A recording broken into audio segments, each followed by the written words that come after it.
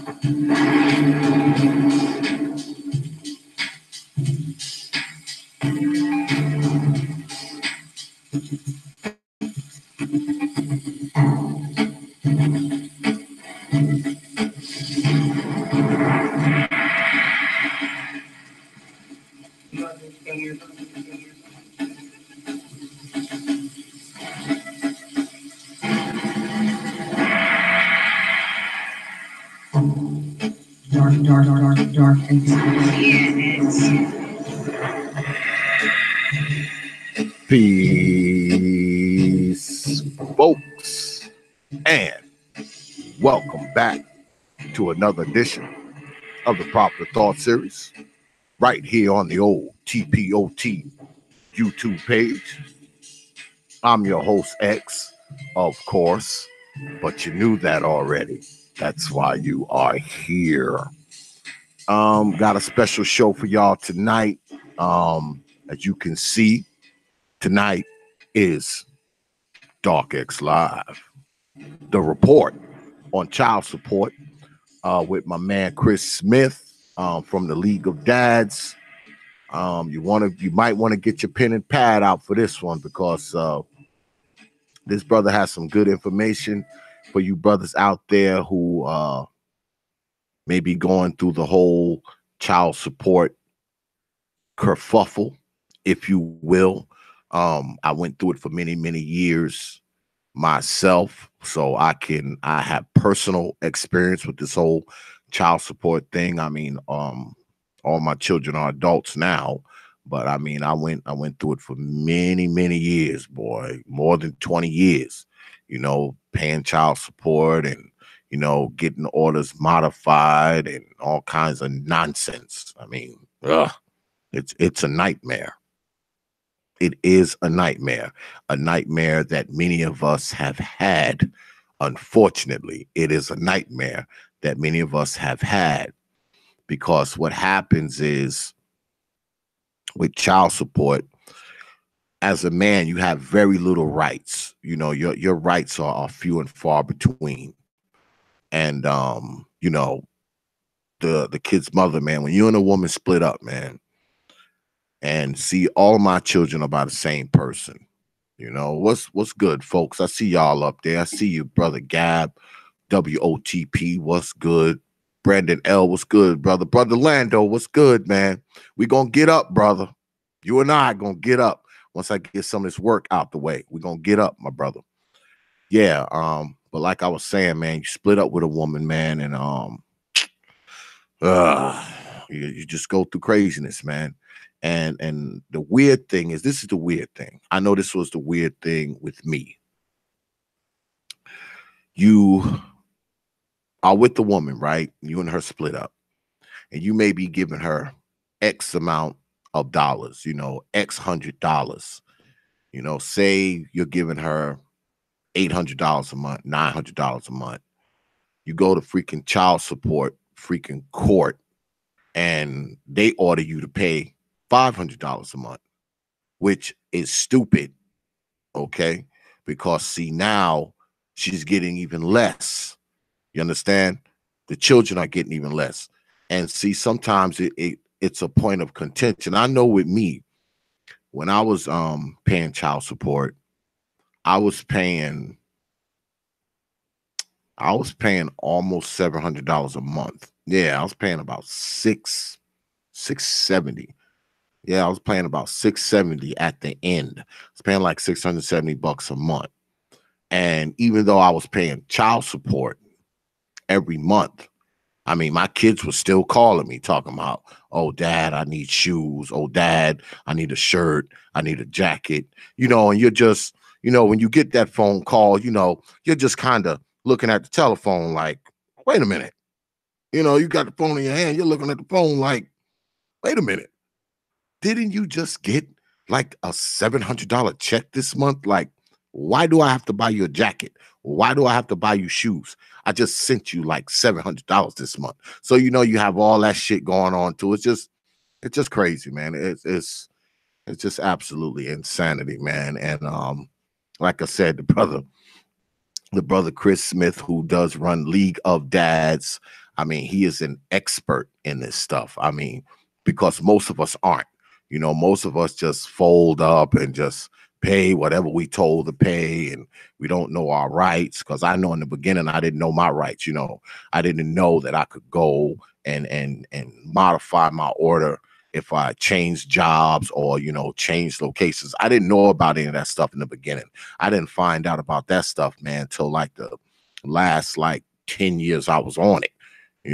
That's when I started to figure out what was going on and what problems you could what problems you could easily resolve, what problems were a little more in depth. I mean, and my youngest daughter, I ended up getting custody of her when she was little. So I didn't have to pay child support for her because, she lived with me. So, I mean, I even, I learned rights about that and all that kind of stuff, because all that stuff kind of falls under the umbrella of family court. So, you have to kind of learn how to circumnavigate your way through family court, when you're talking about custody rights and, all that kind of stuff. I mean, and it's crazy because, I mean, if you mess around and fall behind, all kinds of shit can happen to you.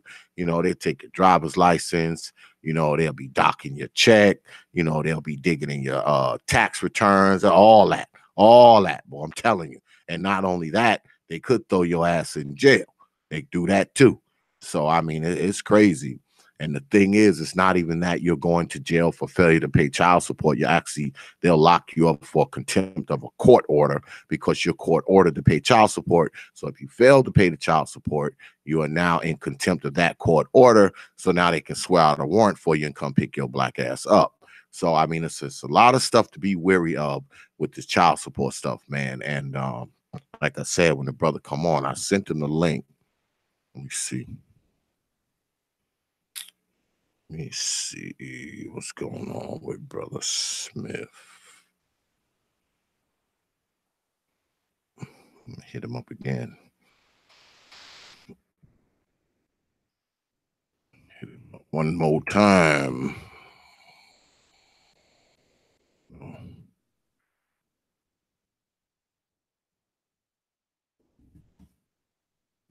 And tonight, I mean, any of you brothers out there who have questions, about this child support thing. I'm pretty sure that Brother Smith will be willing to answer them for you because he does have a service where you can get in contact with him. I know he has a service where you can get in contact with him, and he'll teach you what to do. He'll teach you the ins and outs. He'll teach you some quote unquote cheat codes, if you will. So I mean, this brother's a good resource, man, and this is something we need to tap into. I wish I had met Brother Smith like 15, 20 years ago, to be honest. Because I couldn't circumnavigate my way through it, man, and I was just paying whatever they told me to pay. And I was the type of brother, man, I had to work two jobs. I had to work two jobs, and I also had a little side hustle on the weekends as well, because that's how deep child support was in my pockets. They was making it hard for a brother to live, boy. They will make it hard for you to live because, see, they don't care how you live. They don't care if you have a place to stay. They don't care if you eat. They don't care if you have a car. They don't care about any of that. Long as you pay that note, that's it. They don't care if you sleeping in the woods. As long as you working and paying that note, that's all they are concerned with. All right. Because what they'll tell you is, get another job, get 3 jobs, get 4 jobs, get 5 jobs, don't sleep, don't eat. I mean, this is the attitude that the child support system has. And the crazy thing is, when a woman goes ahead and files for child support against you, she doesn't even get she doesn't get all of the money when it goes through the child support, system, the child support enforcement bureau. What happens is they get it, they take money out for administrative fees and all this other kind of nonsense, and she gets what's left over.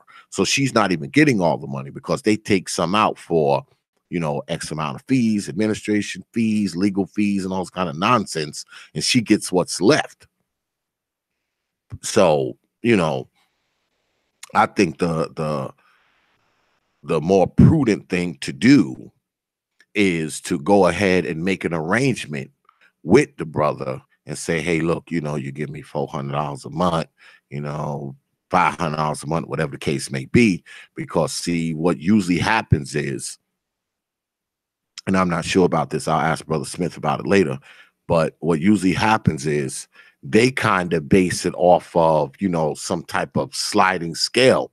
So when you get that child support order, guess what? It might not even be that much. So now that you have to pay this child support, say you were, like I said before, say you were giving her like $600 a month, and then she took you for child support. The child support order may only be $400 a month. So now you're like, hey, I'm paying my child support, so that's it. I'm saving $200. And now you don't really want to give her anything now because you're resentful for the fact that she got you running back and forth to court and these jokers sucking money out your check and all this kind of nonsense, as opposed to you giving it to her freely, and at times the children often suffer from that because, see, people will tell you, they'll be like, yeah, those your kids, go ahead and do what you got to do for them. But that's not the point. The point is that it often seems like you're dragged into child support court, not necessarily for the kids, but for the woman to kind of try to, ruin your life and hurt your life and all that kind of nonsense, because she'll be getting child support from you. I know with me, when I was paying all that money, child support, at one time, she was trying to keep me from seeing the kids and all that, And like I said, I mean, I was paying at the end of my child support, I was paying like $6 and some change, almost $700. It was more than that before. It was more than that, But as they start to grow, as my children start to grow and get older, I went down there and got them modified. I mean, at one point, man, I was paying like $1,000 a month. Yeah, I was paying like a stack a month, boy. And let me tell you something, a stack a month is a lot, So I start, modifying it because of their ages, because once a child gets certain age, guess what? It doesn't cost as much to take care of them. I don't care what anybody says. All right. I mean, as they get older and get their little jobs and do their little things, it don't cost as much money to take care of them, man. You know, you're not buying them clothes every freaking week. You know, they're not growing out of their clothes, you know, every month like when they're infants. You know, when they small, you know, they grow out of their shoes like that. They grow out of their clothes like that. You know, they need diapers and milk and formula and food and all this kind of stuff. That's different. Once they kind of get past like the infancy stage and they get up there and they start to get 10, 11, and 12, they ain't growing out of their shoes like talk about it. They're not growing out of their clothes like talk about it. They're not growing out of their jackets and hats and shit like talk about it. They're just not. Okay. You're not buying diapers and shit every week. You know, you're just not. I mean, it doesn't cost as much to take care of them, regardless of anything else. And the crazy thing is, and I know you brothers can relate to this, oftentimes, man, you paying all this child support, man, and she's not even spending the money on the kids. Because, like I said, I mean, my son used to call me.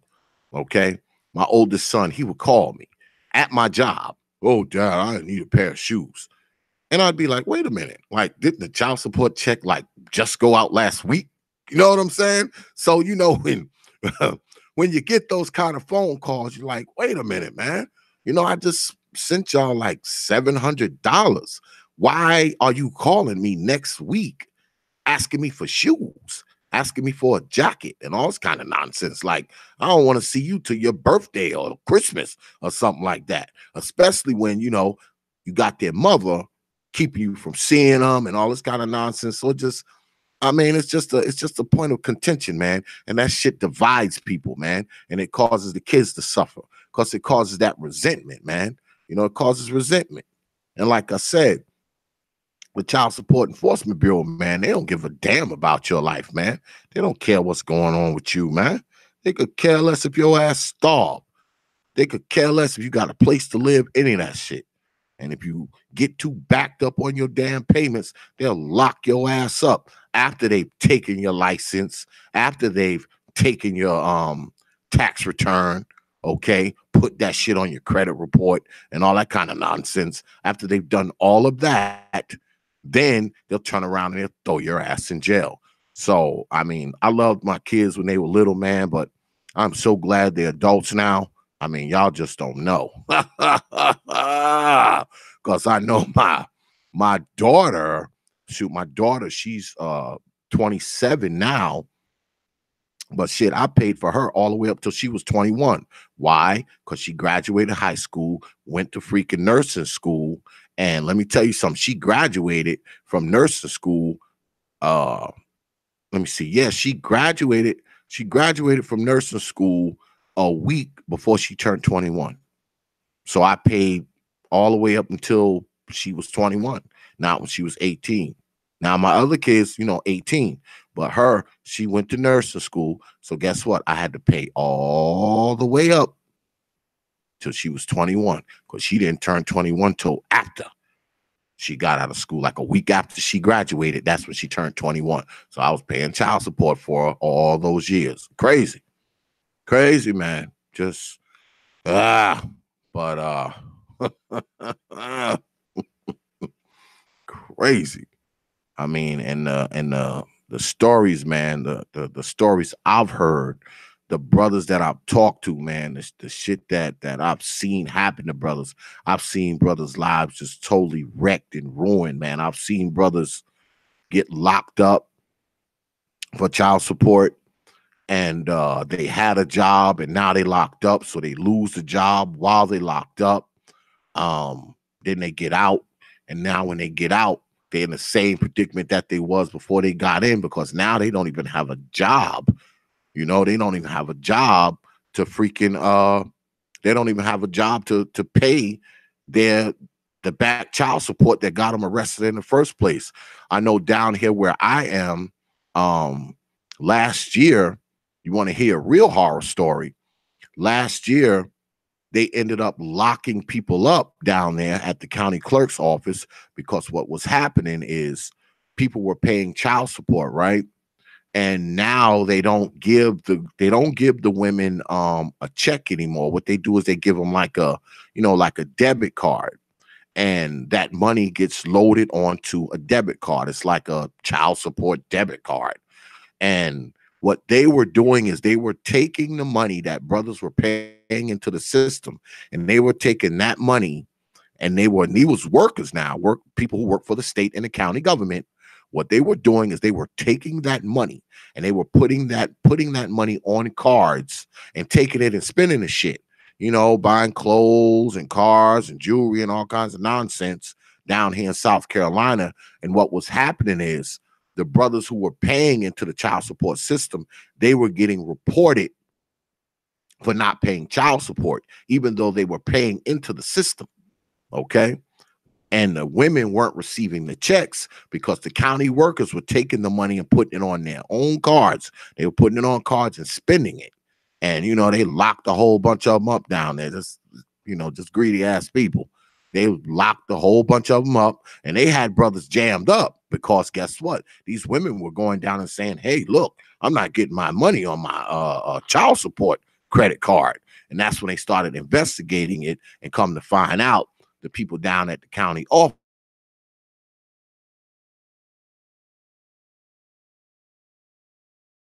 Shit, I've seen a brother get locked up. He was a truck driver. And let me tell you something, man. They suspended his license. Yeah, they suspended his license. So he couldn't drive. So he had to go up there and I think go to family court. And what they ended up doing is they made it so that he could only drive when he was driving for work. Yeah, they did something like that. They did something because he could still drive, after going to court a couple times. He could only drive when he was driving for work. You understand? If he wasn't driving for work, he couldn't drive. Like he couldn't drive his car or nothing like that. He could only drive when he was working. I mean, they will kill you, man. A child support shit will kill you, man. I'm telling you, it's brutal, man. It's a brutal game.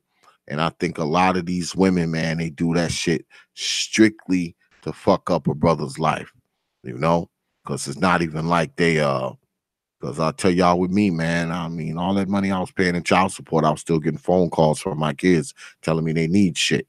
Because what a lot of these women do, they take that money, and they go and buy freaking weave and clothes and shoes and, splurge on their new nigga, that kind of shit, And meanwhile, the kid is suffering.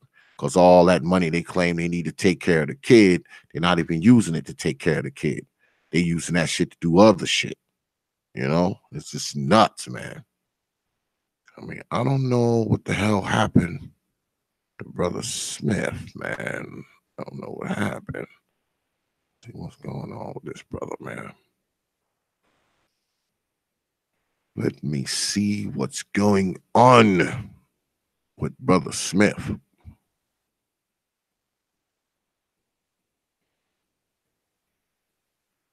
Let me see what's going on with this here child support.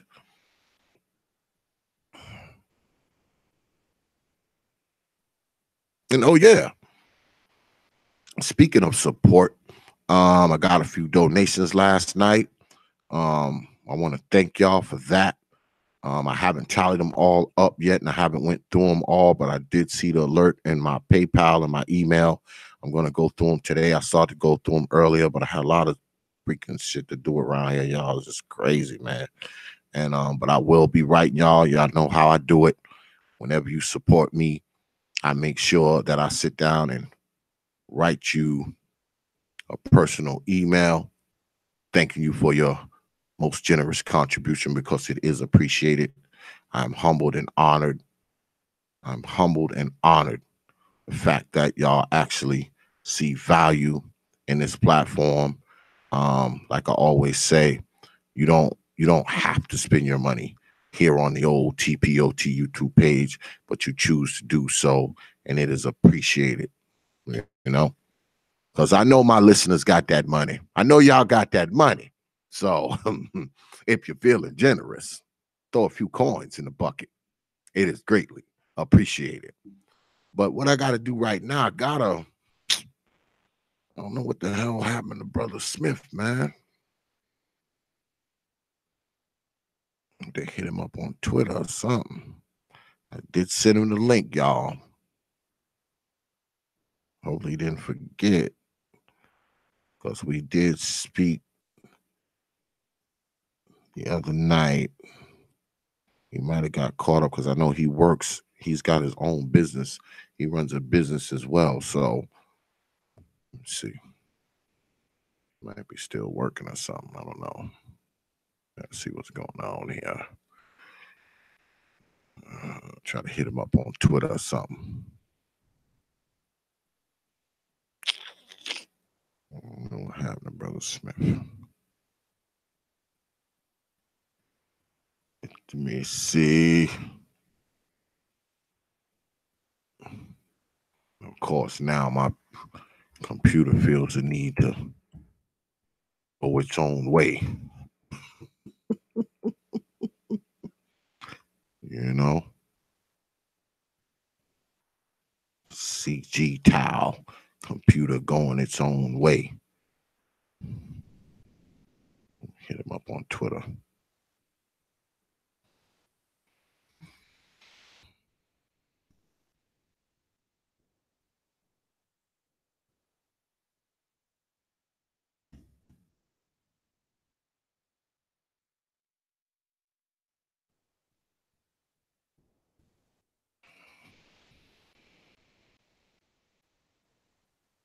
Hit him up right quick. So, in the meantime, I want to talk to y'all about something while we wait for Brother Smith to come through. Last night, hey, what's up, Brother Marcus? I see you up there. This is last night was really, really good, man. I really liked how last night went. I think we're going to start doing that, y'all, more often. I liked how that went. You know, I had 3 hours, 3 power hours, because I had Brother AM1. I don't know if y'all was watching last night, but I had Brother AM1 on. Oh, what's up, Brother Theron? Been a while, my brother. I see Bro Rob in the house.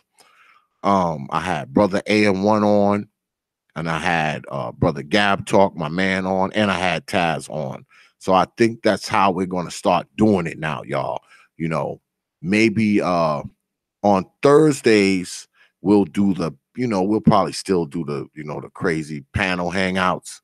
But Wednesdays, I think I'm going to do that, man. 3 hours of power, man. You know, just get 3 powerful people on and just keep them for like an hour. Because, see, people don't mind coming on and just being on for an hour. That's one thing I kind of saw last night. Because, you know, everybody's busy. You know, they got their families and their jobs and shit like that, you know, because people work and stuff.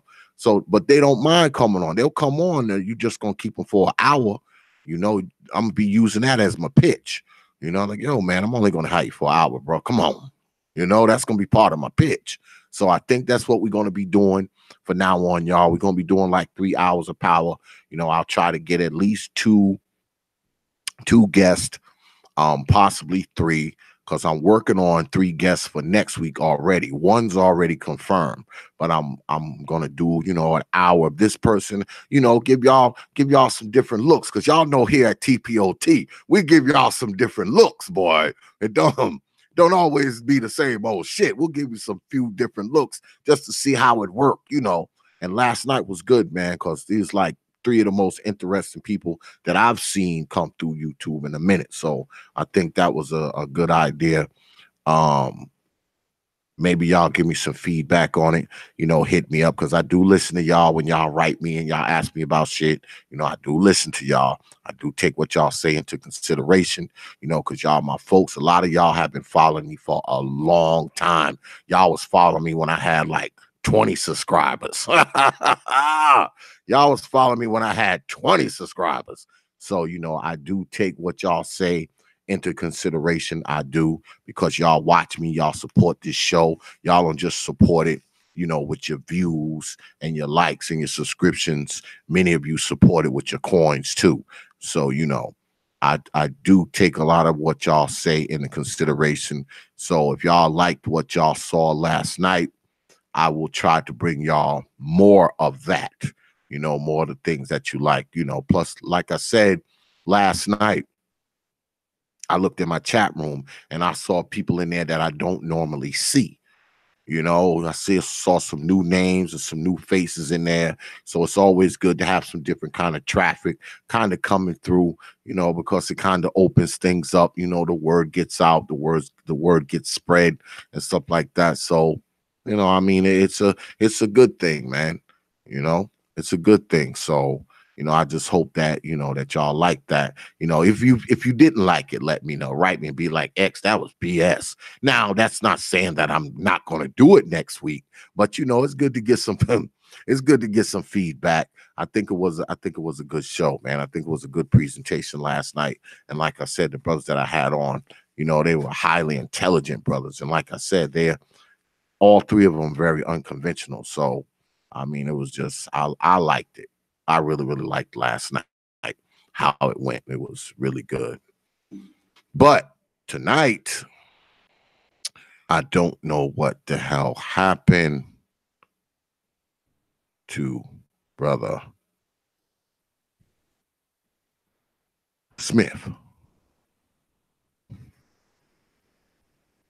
I don't know what happened. Smith.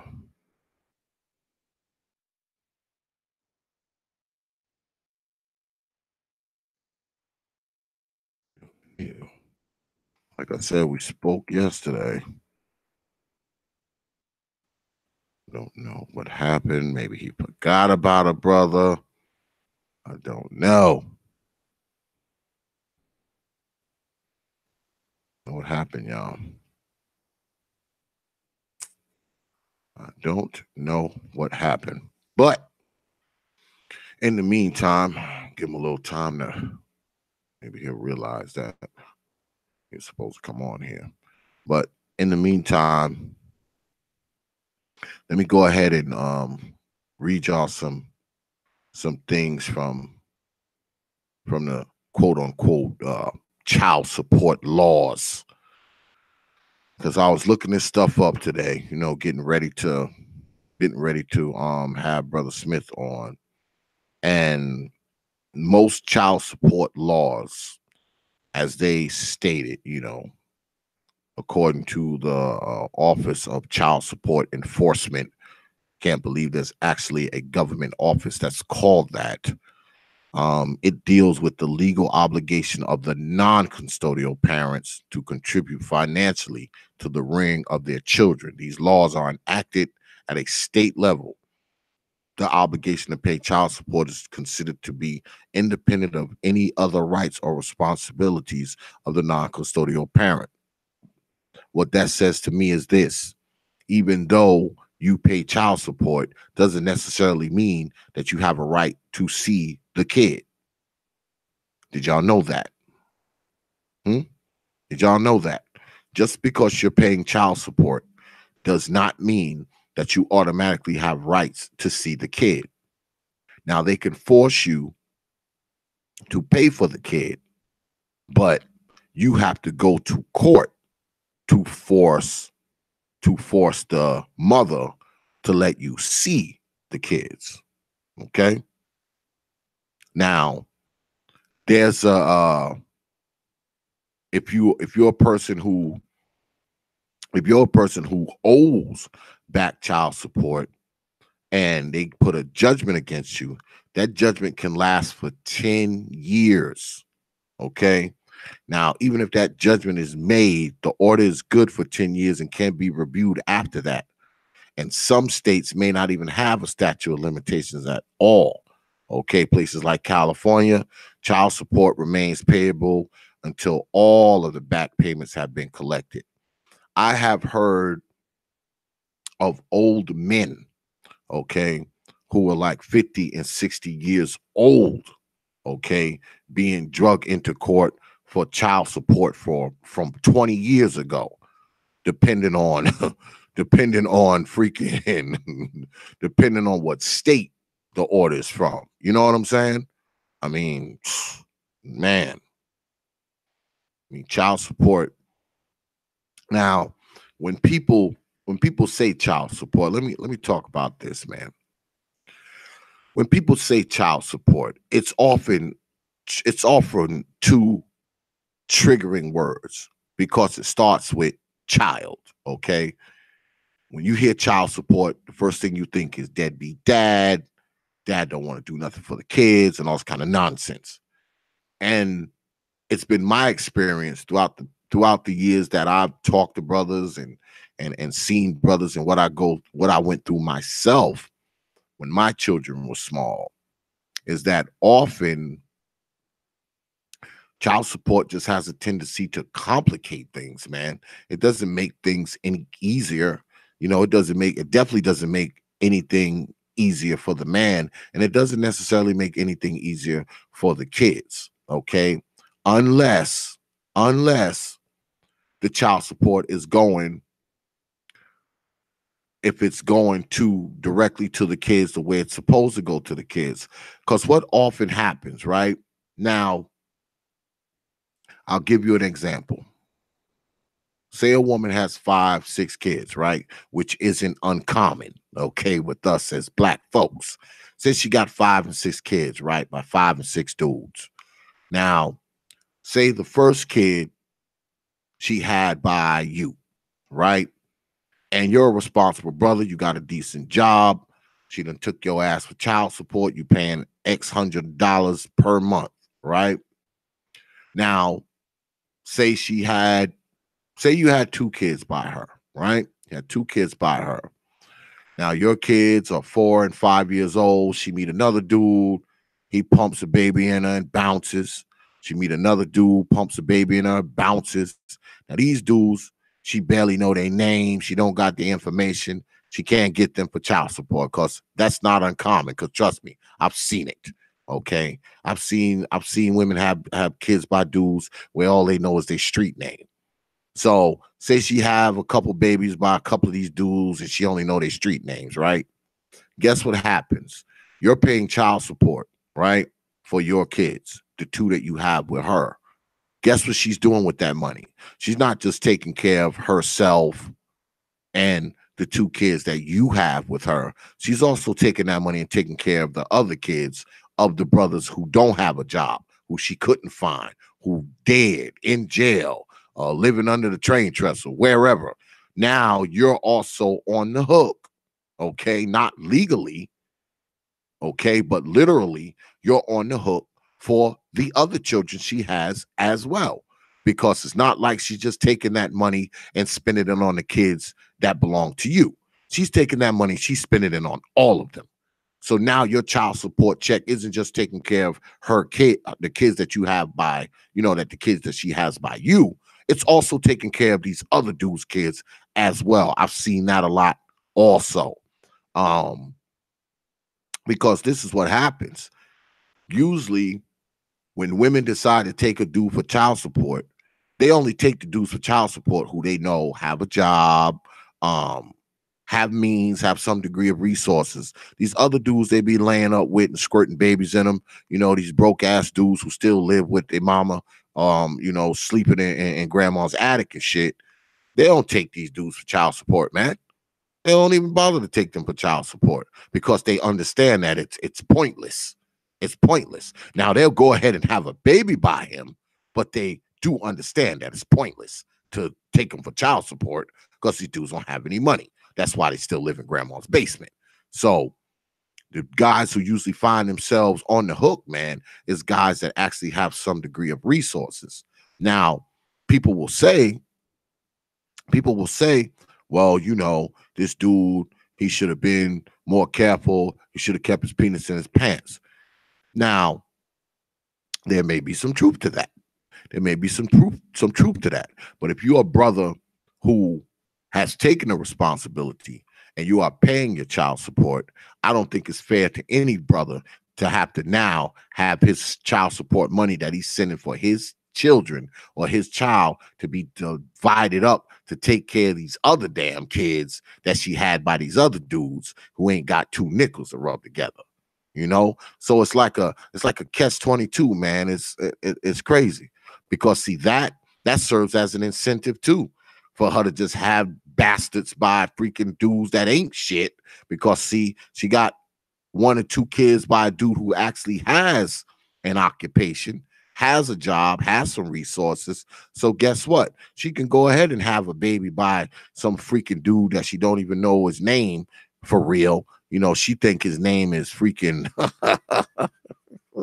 she think his name is Cool C or some shit like that.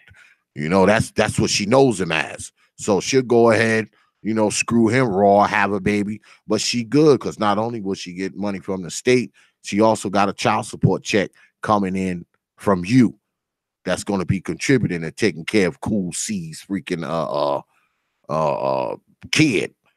Because see, once she get pregnant, he just disappears and goes off somewhere else and shoots a baby in the next person. So you have that element too. I know of a story that's similar to that, but different at the same time. I know a brother who has been paying child support for his kid ever since she was little, ever since she was like 2 years old. He's paying child support. Child support comes out of his check. He also gives the child money, but guess what? The child hasn't lived. The mother's getting a check, but the child has not lived with the mother for years. The child lives with the grandparents, but the child support check still goes to the mother. What sense does that make, right? Let's think about that.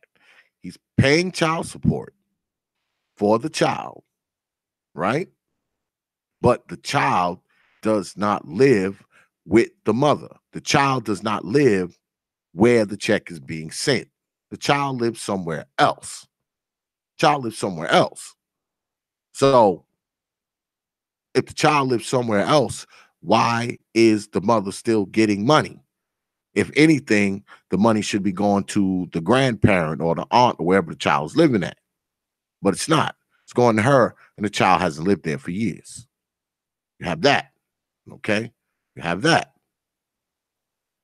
Also, you have dudes who are paying child support for children who are not theirs. Because if you go in there when a woman has a kid and you sign that birth certificate, right? Because, you know, us men, we can only go by what our women tell us, right? They tell us, hey, you know, the baby yours. You're like, hey, okay. And then as the baby start to grow, you look at the baby, and the baby, you know, looks more like the mailman than it looks like you. So what you do, you take the baby down there, you get a DNA test, you get swabbed, the baby gets swabbed. Guess what? Baby ain't yours. But you've already signed that birth certificate. So now you are still on the hook. And to get that change, you got to do a lot of legal wrangling back and forth to court. And even then, the courts are reluctant. They are reluctant to cut you loose from child support, because the first thing they're going to say is, well, you know, you were acting like the child's father. Of course you were acting like the child's father. She freaking told you that the kid was yours. Why would you not be acting? You understand? Why would you not be acting like the child's father when she's telling you that the kid is yours? And this is the shit that the court tells you now. I know brothers who went through it. This is the stuff that they will tell you. Oh, well, you were acting like the child's father. You were taking care of the child like it was yours. Of course you were. She told you that the kid was yours. What were you supposed to do when she told you that? Unless you're just an irresponsible ass brother. You know, when she tell you that, you moved to Australia, but she told you that the kid was yours. So why would you not act like the kid is yours? It's like child support is basically to try to tax men and hold men responsible, because they will still try to make you accountable for this kid, even though you have proved that the kid is not yours biologically. because see, the courts will never hold the woman to account. They will never say, well, you know, the bitch lied on you. Yes, she lied on you and you paid all that money. So you good. We're going to cut you loose from this. No, no, no, no, no. They don't care about that. They are determined. They are hell bent to make someone pay for that kid, even if they could make that person pay who is not that kid's father. You would think that if anything, once a brother finds out that the kid is not his anymore, they would say, well, hey, we need to go and find the kid's real father because this dude has been taking care of the kid. This dude has been assuming the responsibility for the kid. This dude has been assuming the financial obligation for this kid, and this kid doesn't even belong to him. But they don't think of it like that. Told you, they'll tell you right off the minute, oh, well, you assume the responsibility for the kid as the child's father, so you have to continue to pay the child support even though the child ain't yours, which makes no goddamn sense. Makes no sense. And what they'll tell you is that I'm trying to think what they told my man, because I actually went to court with him a time or two. They told him the court doesn't want to be responsible for making this child illegitimate and fatherless. That's what they told him when he was in court. But it's not you doing that. It's not the court doing that. It's her doing that when she lies to you and tells you that the baby is yours. Isn't it her doing that? Yeah, that's what they told him, that the court doesn't want to be responsible for making the child illegitimate and fatherless. Court's not making the child, the court's not being responsible for that. She is, because she can't control old pussy. That's her doing that. But this is what they tell you, man. And I know you brothers out there listening who have been through this, you know that I'm not making this stuff up. It sounds like it's made up, but facts are, you know, way, way more ridiculous than fiction. You brothers out there who have been through it, you know exactly what I'm talking about, man. And like I said, I've seen brothers go through so much shit, man. I've seen brothers get locked up. I've seen brothers lose shit. I've seen child support put liens on people's stuff, and they'll put a lien on your house and mess up your credit and take your driver's license. They will take your tax returns, all kinds of nonsense, man. Just and never, ever, ever, ever will they hold a woman to account. Nah, that they're not doing. No matter what happens, no matter how many lies she's told, no matter how many people she done brought in and tested to see if they are really the father. None of that matters. Doesn't matter. Doesn't matter at all. Now, I don't know what happened to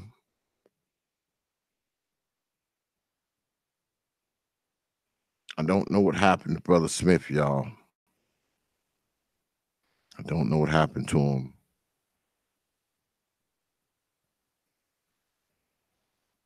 I don't know what happened to him.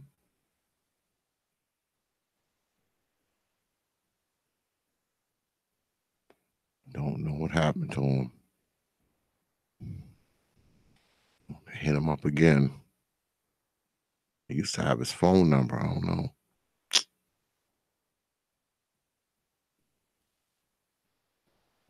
Stand me up, brother. Don't stand a brother up, man. Let's see.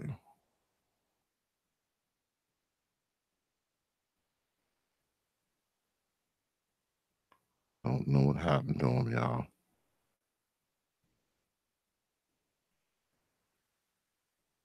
He's gonna disappeared.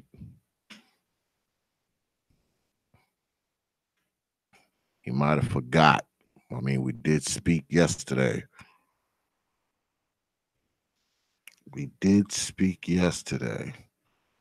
I don't know what happened to the brother.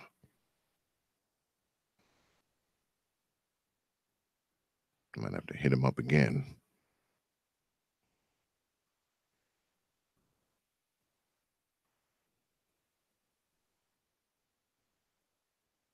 Probably forgot. Probably forgot that we were on tonight. You might have forgot that we were on tonight. But in lieu of that, this is what I'll do. If any of you brothers out there want to come on and tell your nightmarish child support stories, I'll go ahead. I'll put the link in the chat. Well, no, I ain't going to do that because somebody might take the link and come up here with some old nonsense. So if you want the link, go ahead and hit me up in my email. Hit me up in my email and I'll send you the link and you can come up here and you can tell your child support story. Because I don't know what happened to Brother Smith. He must have forgot that we was on tonight. He must have forgot. Like I said, we did talk back and forth yesterday around 6. So I don't know what happened. He must be out working or something. He might have just forgot. But yeah, so any of y'all want to tell your child support nightmare stories, go ahead and hit me up in my email and I will send you the link so you can share it with us. Maybe it's something that'll make us laugh or make us cry. I don't know. I don't know. But either way, if you want to come up on here and talk about it, feel free to hit me up and we can discuss it. Or better yet, you can discuss it. Because I know brothers got some nightmare stories out there. That goes without saying. That goes without saying. It's crazy, man, because you would think that these courts, man, family court, child support court, you would think at the very least they would have the child's best interest in mind. Now, that's what they say. That's what they say, but really it's not, man. Really, it has nothing to do with that. What it has to do is trying to make the man not only responsible, but keep him on the hook, keep him on the dole for as long as possible. That's what it's really about.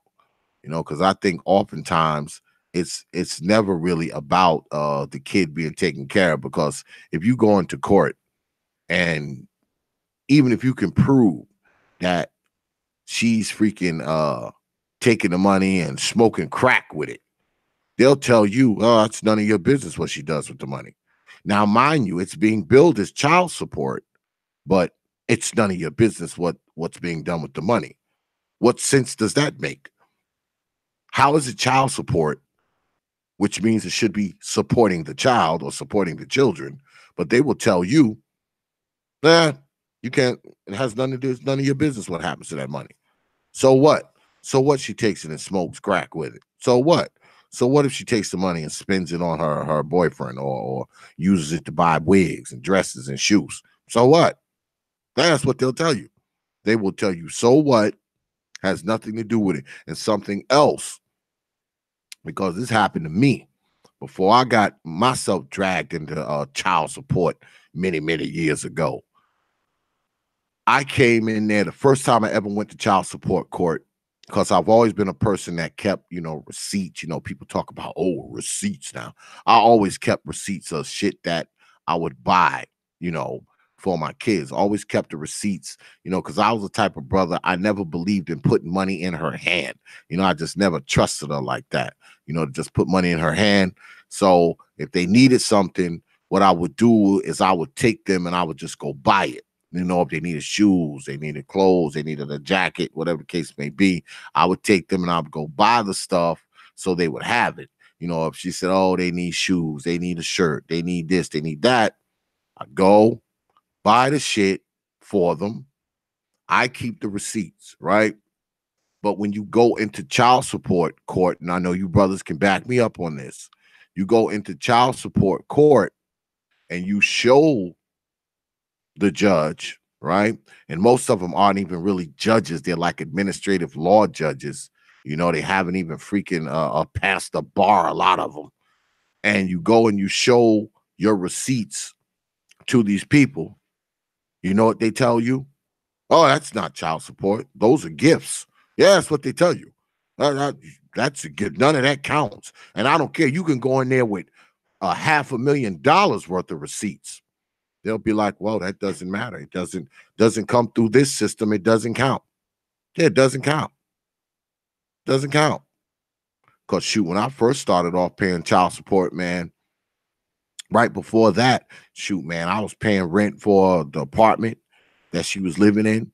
I was buying the kids clothes, doing all that shit. Yeah, I was doing all of that. Paying the rent for the apartment, buying clothes for my son, doing all of that. And I was went in there, rent receipts. They said, nope. They said, nope, none of that matters. None of that matters. So once I got myself under the official order, I stopped doing all that shit. I mean, I still would, like buy my, I would still buy my kids, certain things, but I stopped paying the fucking rent there. Stopped doing all that shit. I was like, nah, like I'm not gonna be paying this amount of child support and buying all these clothes and helping you buy food and paying the rent. No, no, hell no. No, no, no, no, no, no. But see, that's the thing. Child support with most, I'm not going to say all of them. I'm not going to say all of them, but I truly believe that most of the time, these women go after you brothers for child support. It's never really about the kid. It's about her, man. It's about her wanting to penalize you because you don't want her black ass no more. You understand? That's what it's really about. It's not so much about the money, because if you were to stay there, you could be broke. She'd keep you there broke. If you were still there, she wouldn't give a damn. But once you leave, yeah, you leave. Now she needs to penalize you because, see, you don't want her anymore. You don't want her anymore. So now she's gonna stick it to you now. That's what I think it's about much of the time. Maybe not all of the time, but much of the time, that's what it's really about, to be honest. Especially when she getting that child support check and ain't even spending it on the kid. Can't nobody tell me it's about anything else than that. When she's getting a so-called quote-unquote child support check for a kid, but she's not spending it on the kid. You're trying to tell me that's not about freaking taking pot shots at your damn life? Come on, man. Come on. Shit. And no one cares about that because no one gives a damn about men anyway. They don't give a damn if we suffer. They don't give a damn if we starve. They don't care about any of that shit. Shit, they get real self-centered, especially once the brother take off and leave. Shit. And usually none of that crap start till they see you with another woman. Shit, long as they think you home by yourself and laying in your bed thinking about her black ass, she's fine. But boy, as soon as she see you with that other woman, that's when all the problems start. That's when you start getting that damn that's when you start getting those subpoenas to show up to child support court. You don't see that subpoena till she see you with that next woman. Long as she think you home, laying around, thinking about her, hoping that you just miserable so she can walk around and talk about how much you miss her. Oh, he misses me. Oh, he wish he was still, long as she can still think that, won't be no child support. She'll never come after you for child support. She won't. Long as she think you still want her ass, even if you ain't there, long as she thinks that, she will never take you for child support. As soon as she get it in her head that you totally don't want her ass anymore, That's when that damn subpoena come. That's when you get served with that notice to appear to court, that notice to appear to family court. That's when it shows up. Once she gets it in her head that you don't want her ass anymore. Shit. Y'all know I'm not lying. Y'all know I'm not. Because that's the way it is. That's the way it is, man. Shit. Damn, women don't be thinking about no damn child support. Shit. They don't give a damn if these dudes. I know freaking women who got dudes laying around in the house right now. God damn it, got babies by these dudes. These dudes ain't supporting a child worth a damn. And he lives there. And he freaking lives there. Shit. As long as he laying around in there with her, she don't give a damn if he doing anything for the kid. Shit. As soon as he leave, now they talking about child support. Come on, man. Just another way to penalize men. And guess what? The freaking courts enable it. They enable it. Shit, they freaking enable it. Because soon as you walk in the child support court, they automatically looking at you like you a deadbeat. Shit, I remember when I first went in there, the first thing they said was like, "Oh, how much are you able to pay?" I said, "Wait a minute." I said, "Shouldn't we be establishing paternity first? Shouldn't we be doing that first?" And they were like, "No, you signed the birth certificate, so we don't have to establish paternity." I said, "That's absurd." I said, because you can only know if the child is yours or not if the woman tells you. If she tells you, you're going by her word. Her word is what makes you believe that it's your kid. That's all you have. Okay? Whatever trust you have in her, that's it. That's all you have. You don't have anything else. It's not like with her, she know it's her kid because it's in her damn gut. But I mean, you can only go by her saying, "Oh yeah, baby, it's your child." That's all you got. I don't give a damn how committed she is or how much of a virtuous woman she may put herself off to be. All you got is her saying, "It's your baby." That's it. That's all you have. That's it. She got a belly. She say it's yours. That's all you got. I think that, to be honest, before they make any brother pay child support, I don't think they should just take the word of these women. I think what they should be doing is ordering these brothers to take a DNA test first. And if it comes to find out that the baby is his, then maybe they can enforce something. Then I ain't mad at him. If he done squirted this baby in this chick and took off somewhere and they finally find him and say, "Okay, take this DNA test," and come to find out it's his, then he got to fight that fight any way he think he can fight it. My suggestion is always, try to get the kid and you raise it yourself, instead of letting her raise it so the kid don't grow up to be, a freaking idiot and a worthless waste of space. But you test the guy and you test him against the kid and the kid ain't his, you get out the freaking dude's life. Leave him alone. Go search for the dude who really it is. And what that would do would also expose this so-called woman of his, because guess what? She spent all this time. She spent 8-9 months convincing you that the baby is yours. You take a DNA test, the baby ain't yours. Guess what? Now you know for sure she's fucking someone else. It's clear. It's clear. It's clear. It'd be a Maury show moment. One of those Maury Povich show moments. Like, "Hey, look, baby ain't yours. Oh shit, you was fucking somebody. Bye, ho. Yeah, bye, ho." I mean, you kill two birds with one stone. You can find out if the kid is yours or not. And also, you can find out if she was fucking somebody else during the time she was fucking you. You can find out both of those things, especially if the kid ain't yours and she's been telling you it's yours. Now, she could have been still sticking somebody and, you just happen to be the one to get her pregnant. But You take that DNA test, when that baby come out, and that baby ain't yours, now you know for a fact that she was fucking somebody else. Now you know for a fact.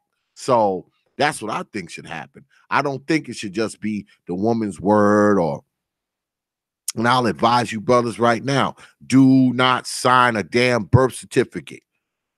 I don't care how much in love you are with this woman. I don't care how many times she say, "Oh, I'm only with you." No. Nope. Don't believe the shit. You tell her, "Hey, look, girl, I love you, and I want this to be my baby, but we got to take this here DNA test, girl. Yeah, we got to take it. We must take this DNA test, girl. We have to do it.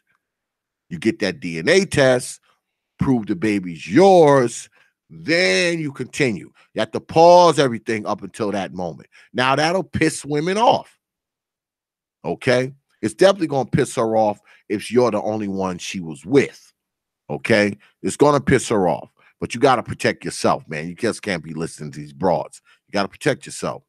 And it'll piss her off even if she knows that she was screwing other people. Because, see, now she's going to be on pins and needles because she don't know.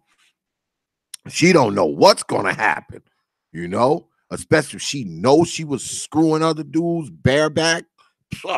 She's definitely going to want you not to do it. Yeah, she's going to want you not to do it. Shoot, why would she want you to do it? She don't want you to do that because she knows she was screwing other people. Why would she want you to go and get a DNA test and she was screwing two other guys beside you? She don't know who that baby who's the father of that kid. She has no idea. So boy, she's gonna she should, but you would think in a perfect world, she would want to know who the kid's father is. She would want to know that, right? Unless she been riding the old cock train and she's screwing like 2-3 other people besides you. That puts her in a precarious position. Why? Because what if that baby turns out not to be yours? Even though she may want it to be yours because, you know, you the brother with the job, you the brother with the crib, you the brother with the car, you the brother with a few coins in the bank. She wants the baby to be yours, but she was screwing other guys who had none of that. She was screwing guys who were unemployed, guys who lived in their mother's basement, guys who was borrowing $5 from her, and she's broke. She was screwing those guys. Yeah, she was screwing them. But she was also screwing you. You the guy with the job, the crib, the house, and some money in the bank. So, of course, she wants the baby to be yours. She's going to tell you that it's yours, even if she's not sure. Because she's definitely not sure if she's screwing you and screwing other people. She's definitely not sure. She wants the baby to be yours. So guess what? She's going to tell you it's yours. Because, see, the other dudes she was screwing broke. Like I said, they live in grandma's attic. They don't have any money, okay? Grandma still buys their cigarettes and shit like that. They don't have any money. But she was screwing them now. She was screwing them. But she know she can't say one of them is the father because she know the baby's screwed. The baby's screwed. Especially if she's telling you and you're still with her. She's not going to tell you that. She's going to say it's yours. She's going to say it's yours. So what's she going to do? I mean, that's kind of how it works, man. You know, and you brothers know I'm not lying because I know there's plenty of y'all out there who went through the shit. This is what we have, man. More often than not, this is what we have. And, you know, I know people out there will say, oh, you know, X is bashing women and all this kind of nonsense. There ain't nobody bashing women. It's just that we all know freaking hoes lie. They freaking lie. Shit. Unlike us men, see us men, we don't lie on our dicks. But let me tell you something: a woman don't have no problem lying on whole pussy. She just don't. She has no problem lying on her shit. She don't. She has no problem with it. You know how many brothers I know, man? I know one brother, really, really close friend of mine, right? He had a kid with a woman, right? And, you know, they were together for a little while and then they split up. I think when the kid was about 2 or 3, they split up, right? She leaves, she leaves and goes out of state and goes and lives somewhere else, right? She goes off and lives somewhere else. She comes back about 8 months later, and you know, she wants to get back. You know, she wants to get back with the brother, you know, and you know, he falls for the old okey doke, you know, she comes there, you know, throw some ass on him, and you know, now they back together. Now they're family, right? They're together maybe a month. Come to find out she's pregnant, right? So of course, she's telling him it's his, right? It's his. So she's big bellied and he's thinking that the baby's his and all this kind of stuff. When the baby's born, it's obviously not his kid because this is a black brother and the baby comes out looking like straight Puerto Rican, Colombian. But she's still pushing it. She's still pushing that the baby's his. So of course he had wised up. He never signed the birth certificate. He went and got a DNA test. Of course, the baby's not his. Now, that whole time, because what she had did, she had left, got with another dude, went screwed bareback, obviously screwed bareback, came back, I guess after the other dude had dumped her, came back to my boy who was pretty stable because you know he had a good job and his own crib and all that kind of stuff. She came back, made sure she threw some ass on him because she probably knew she was pregnant.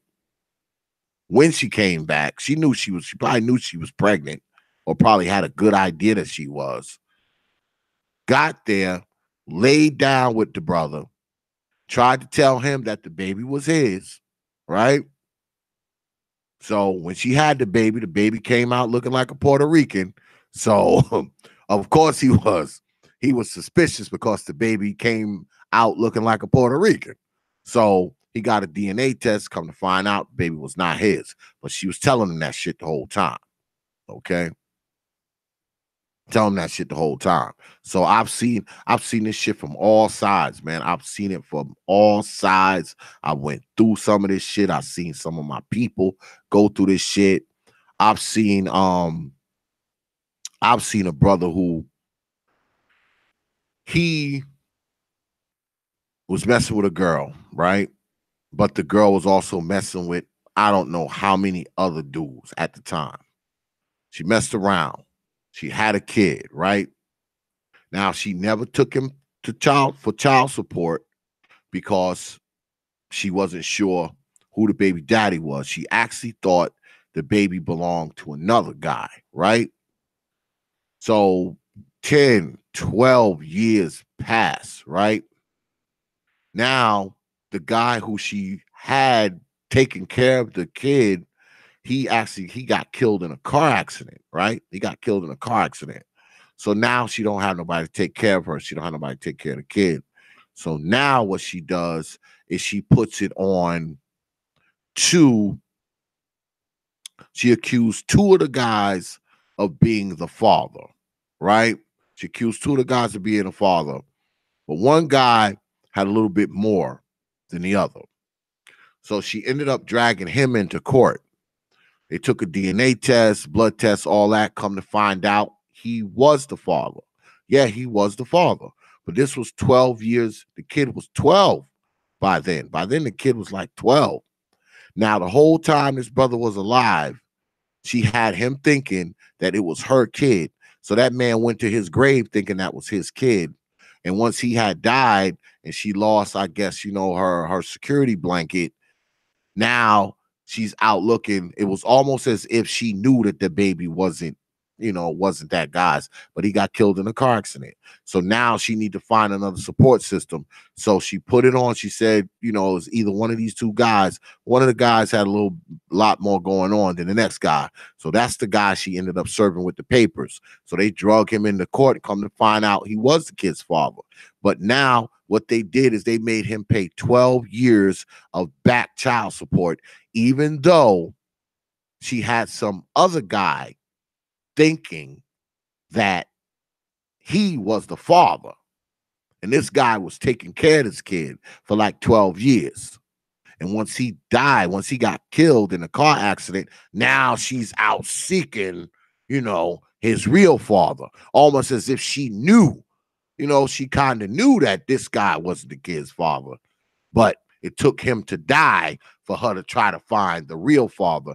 And I think they did make the brother pay like 12 years of back child support, even like I said, even though she had been telling this other brother he was the kid's father for like 12 years. I mean, just crazy shit, man. Just crazy old shit. I mean, just ridiculous shit, man. The shit I've seen brothers go through, man, with the child support shit. I mean, it's insanity, man. I mean, complete insanity.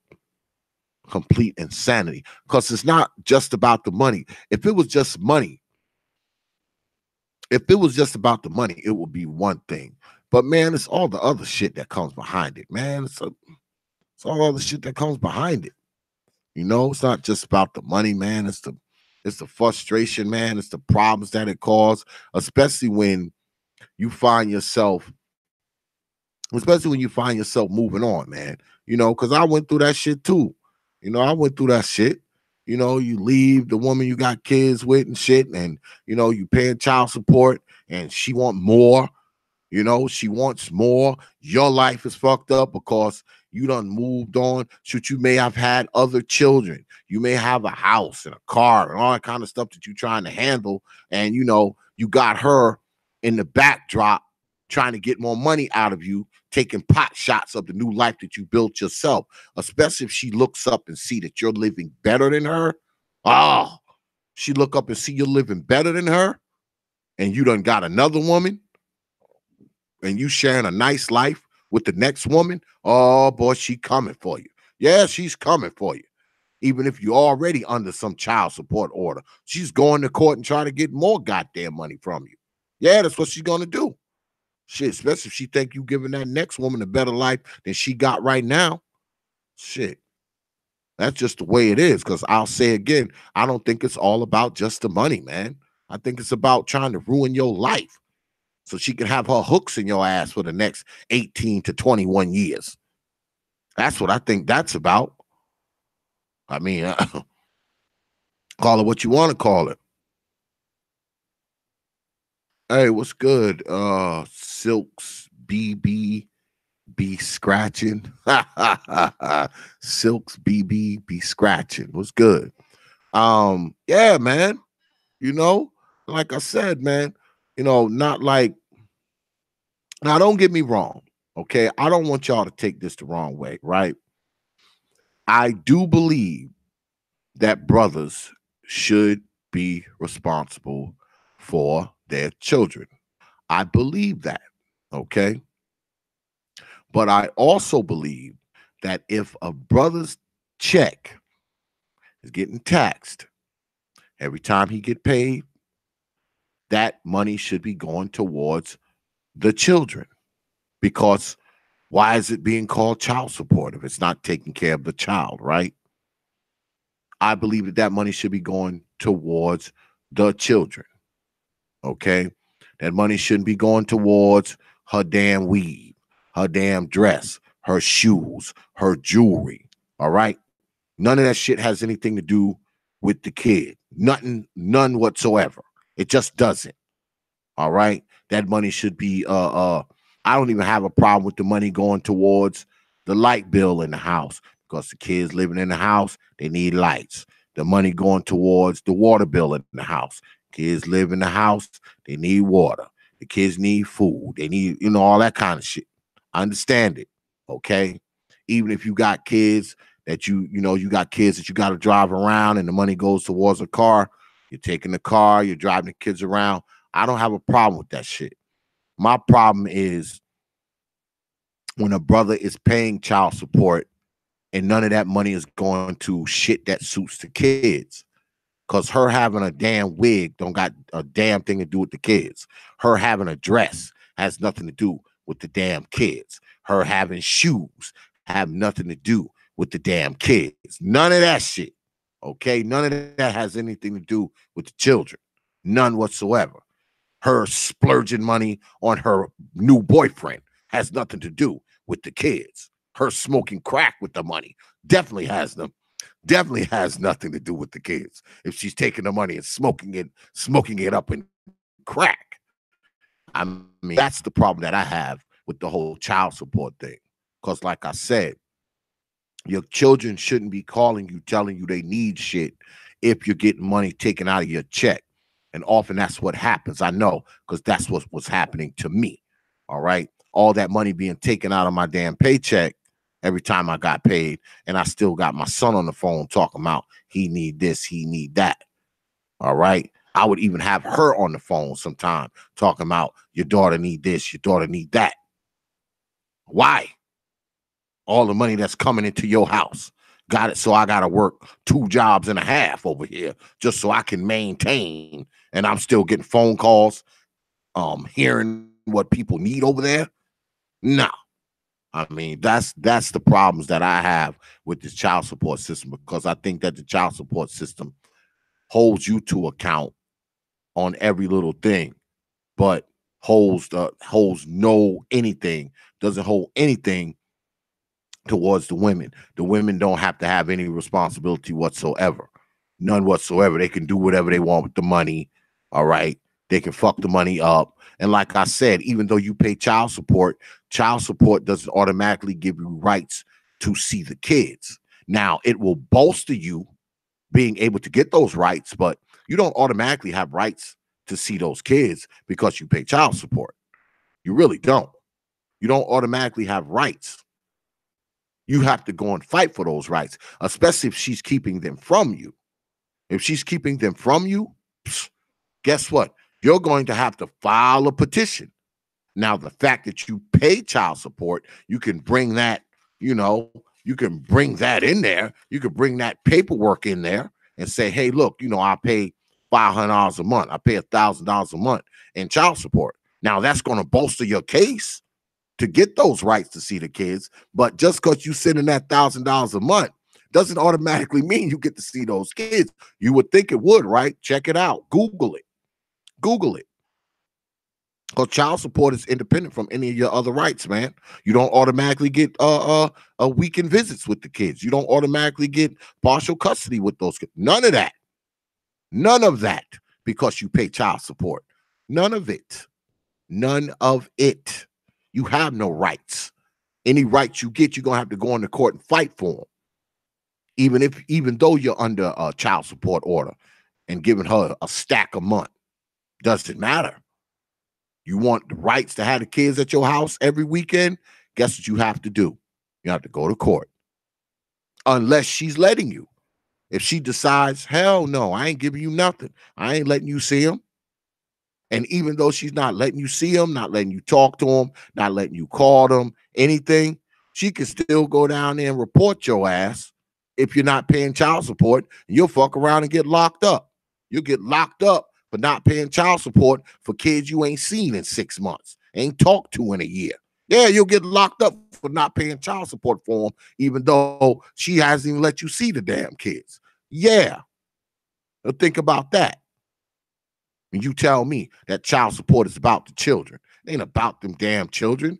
Shit. It's about taking money from you and giving it to her black ass. That's what it's about. And the court assists it. It's assisted by the court system. It is not about the children. It's about taking money from you and giving it to her. That's what it's about. Because they don't give a shit if she don't do. They don't care if she doesn't give anything to the children.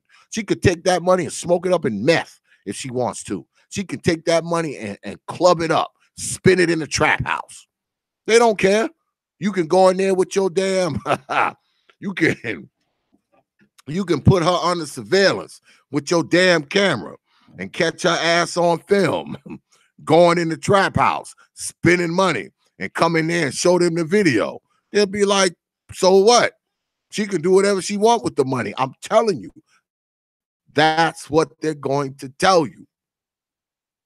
That it's none of your business what she does with the money. Now, how does that make sense? I'll say again, like I said earlier, how can they tell you it's none of your business what she does with the money if the money is being labeled as child support? That lets you know right there that it's not about the child. It's not. Because if it was about the child, they would be trying to hold her to account about what she does with it. But they don't. They just want you to pay it. What she does with it when she gets it means nothing. She can take that shit, pay her car note. She can take that shit, pay her boyfriend car note. She can take that money and buy wigs and dresses and jewelry and nonsense, big screen TVs and shit like that. Yeah, she can do that with it. She don't have to take that money and buy food. She don't have to take that damn money and it don't. She'll have to take that money and freaking buy the kids' clothes or none of that shit. School supplies. No, she doesn't have to do it. She doesn't. She doesn't.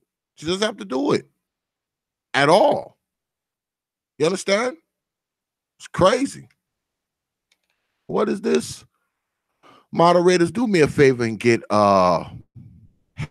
Hex Rex out of here.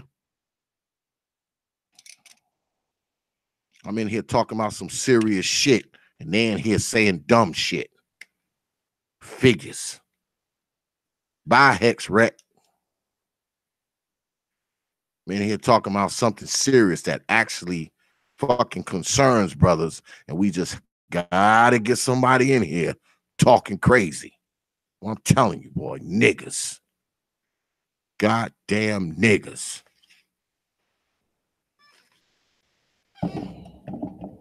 Goddamn niggas.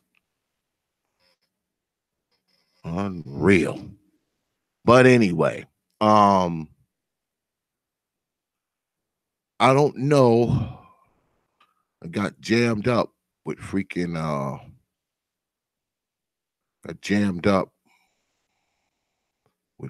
brother Smith. I don't know what happened to him, man. I don't know what happened to him, but yeah, maybe I'll get him on here for y'all.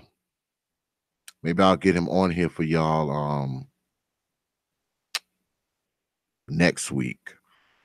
Maybe I'll put him on the triple header. Maybe I can get him on here next week. I don't know what happened to him, y'all. Like I said, we spoke yesterday, and I was hoping he came on, man, because this brother is knowledgeable, man. He's very knowledgeable about this child support stuff. You know me, I'm just running my old mouth about, anecdotal stuff that I've seen in my life and shit that I've went through. He actually is a professional. He can, make it so you can get your license straightened out if they done suspended it, or get your order modified and all that kind of stuff, man. How to kind of protect your assets so these women don't rake across the cold, man, and break the bank. He can tell you all that kind of stuff, man. Actually, because I do have his information down there. If you look down in the description box, you can go ahead and subscribe to League of Dads Universe and League of Dads Unplugged, and you'll see the kind of stuff that Brother Smith talks about. He also has a radio show as well. I think it's called WDAD. As a matter of fact, yeah, WDAD. He has a radio show as well where he talks about, these things, man. He talks about child support. He talks about, family court, what you can do, how to get yourself out of certain situations and all that kind of stuff. So, he's definitely a brother worth looking up, man. He is definitely a brother worth looking up, absolutely, positively. You want to check him out, man. You want to check him out. He's got some good information, man, and he can show you how to circumnavigate. He can show you how to circumnavigate this freaking this child support stuff, man. Because it's rough on brothers, man. I know. Like I said, I went through it, man. I went through it. And I mean, it ain't no joke, man. You know, it's no joke, man. It is no joke. It's not, especially if you find yourself hemmed up with a vindictive ass fucking woman. You know, she's vindictive as hell. All she wants to do, man, is throw pot shots at your life, and you know, you done left her. You trying to build, you know, and definitely if you doing better, you know, you doing better than you was doing when you was with her. Forget about it. Hey, what's good, brother Art? I see you up there. Yeah, especially if you find yourself doing better, man. You know, she ain't gonna like that shit. You know, she's fine long as she see your ass down in the dumps and you know you living in your mama's attic and shit. She don't have a problem with that shit.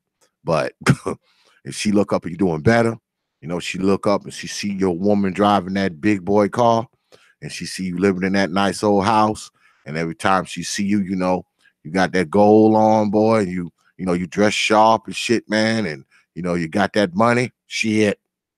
She's coming, she's coming at you. She's coming at you, boy. I'm telling you, she's coming at you. Um, all I know is I'm glad that I'm done with it. I mean, it was, you know, and I love my offspring, of course, but I'm glad they black asses as adults, you know. But shit, my daughters, shit, they grown and they still be calling me, oh, Dad, could you send me $50? Dad, could you send me $100? Like, God damn, y'all grown. Why the hell I still gotta pay child support for your ass? Shit, my daughter was just on the phone the other day talking about she need $50 and she got a job. I'm like, what do you mean? You have a job. Why do I still have to give you money? What's the sense of having a job? You know? Shit, this is just like the old days where paying child support and goddamn it, I still gotta freaking go spend $100 on you. You know? Shit, she got a job. Oh, Dad, I need $50. What? Out of here, girl. What you talking about? What are you talking about? Shit, crazy, man. Freaking crazy. Just insanity, man. Just insanity. But yeah. Oh, brother Art, man. If Art's still there, man, I need to send you the link, man. I wanna talk to you, man. I wanna kick it with you, man, about the joint, man. If you still out there.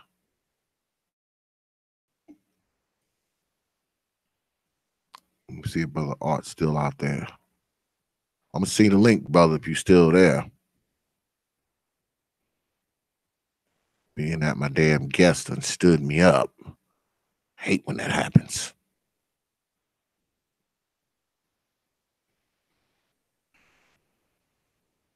I hate when that happens.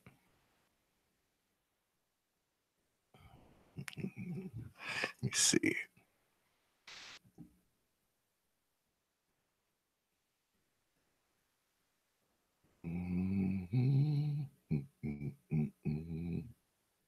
Oh, I gotta pull it up. You know, my ass blind. Blind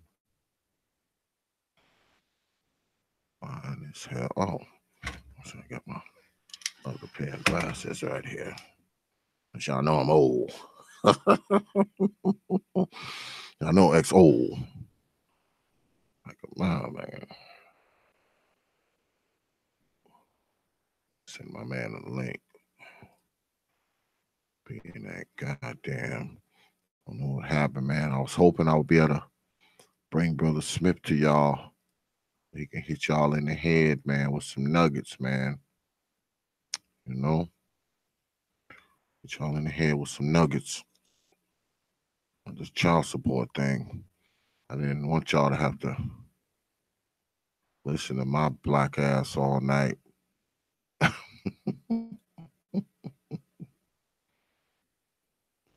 You know? All right, brother Art. I just sent it, man. If you wanna hop on.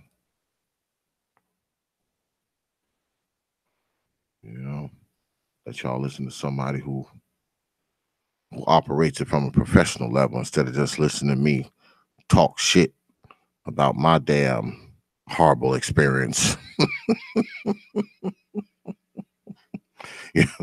You're not gonna get any good information from me. All you're gonna get is anecdotes. You're just gonna get damn anecdotes from OX.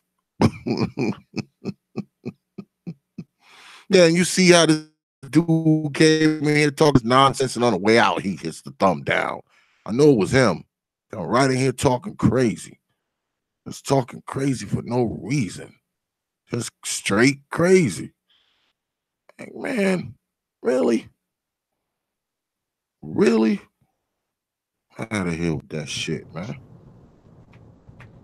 Brother Art. What's going on, good good, brother? Man.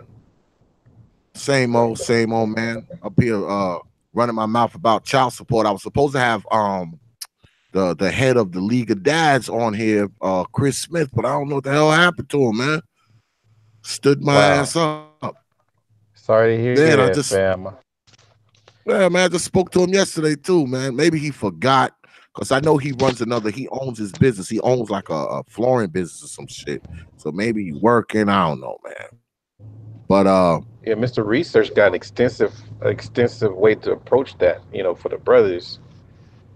So that's last time I heard one of his videos. He had some kind of ways to go into it, but he didn't do a step by step. He just kind of explained the benefits of it if it applies to a person in that position. Yeah, man. I got custody of my son, so well, not full custody, but at least let's just say that I'm purchasing him. So I'm still paying child support even though I got majority custody. Yeah. So it's a battle, man. It's pretty bad. Yeah, well, see, me, I didn't, like I was telling the folks earlier, I didn't figure out how to circumnavigate this child support thing until like the last, like 5-10 years of it. I mean, all my children are grown now. I mean, even my youngest kid, she's 20. And I actually had custody of her, but that was when I figured it all out. Back then, they was just telling me to pay XYZ and I was just doing it. I didn't know anything. I just thought, okay, I gotta pay it. If I don't, I'm going to jail. That was basically my point of view. If I don't pay this shit, I'm going to jail. They're gonna take my license. I'm thinking all that. So whatever they was telling me to pay, I was paying.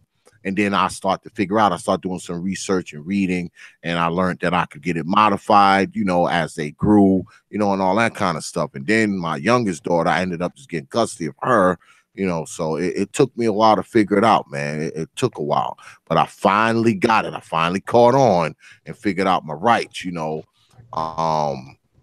I also figured out that, even though I was paying child support, I wasn't obligated to come into, she wasn't obligated to let me see the kids because she was keeping the kids from me in the whole nine, even though I was paying child support. I had to fight for that visitation, man, and fight for, them to come to my house for the summer and that kind of stuff. And I had to fight for that shit. I thought that shit was automatic. I'm paying child support. That shit's supposed to be automatic. No, that shit wasn't automatic, at least not back then. I got a better one for you. My ex worked for child support services. Oh, God. So, I'm laughing now, but I wasn't laughing back then. Wow. I know that must have been a nightmare, man. That had to be a nightmare. Brother. It was bad, man, and she got away with a lot of stuff, a lot of fabricated lies and things like that. But in the end, I still got my son, and he's been the top of his class. He's a model student.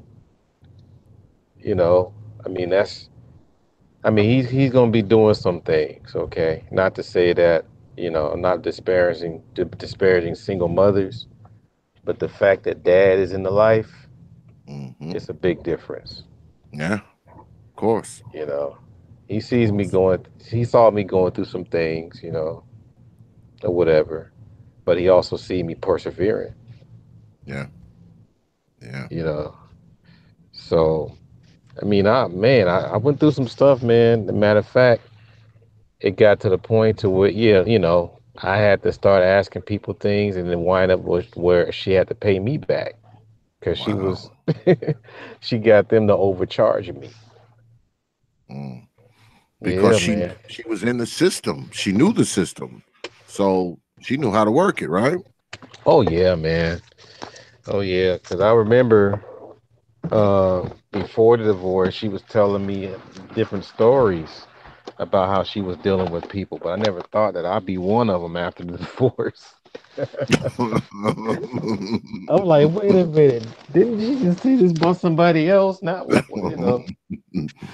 Yeah, I- man, got you under that shit now, boy. yeah, I'm like, whoa. So, I'm a spiritual person, and I try to do the right things and stuff like that. And while my mom was living, she had my back. You know, Mm, and, and I persevered. My son gonna hate that I'm sharing this story, but he was real bad when he was little, and she mm, couldn't handle it. So she had to pull some boys in the hood to get Furious to take the little boy in. mm. Wow. and so I had to get him. I had to like kind of get him out of these bad ways. And right now, man, I just wish that he was old enough where I can give him the keys to the car. This dude is so trustworthy, man.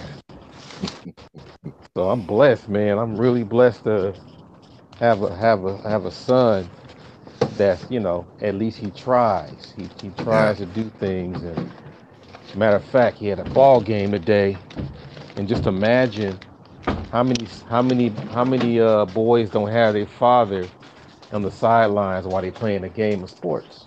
yeah. And So those things are important, man. They're he kept important. staring. He kept staring at me going up and down the court. Hmm. I was like, I'm here, man. I ain't going nowhere. So so for those people that think that child support is good and you should stick it to them, I think the problem is a lot of these ladies, and probably, yeah, I would say ladies. A lot of these ladies are swinging at everybody instead of the specific people. Yeah, So a lot of honest people really get caught in that crossfire. it's true. And then all of a sudden, next thing you know, I'm gonna be coming out with gangster rap music. Mm. Yeah, man. I'm gonna be on there with Snoop and everybody else talking about B's and H's and all that kind of stuff. I don't love these hoes. Exactly. I'm be all angry and resentful, you know, Uh, and that's the thing. If you think about it, man, a lot of these guys come out with these songs. Half these guys were the model guy, the guy that was always there for home chick or whatever. Then he mm. just got fed up and got in the studio.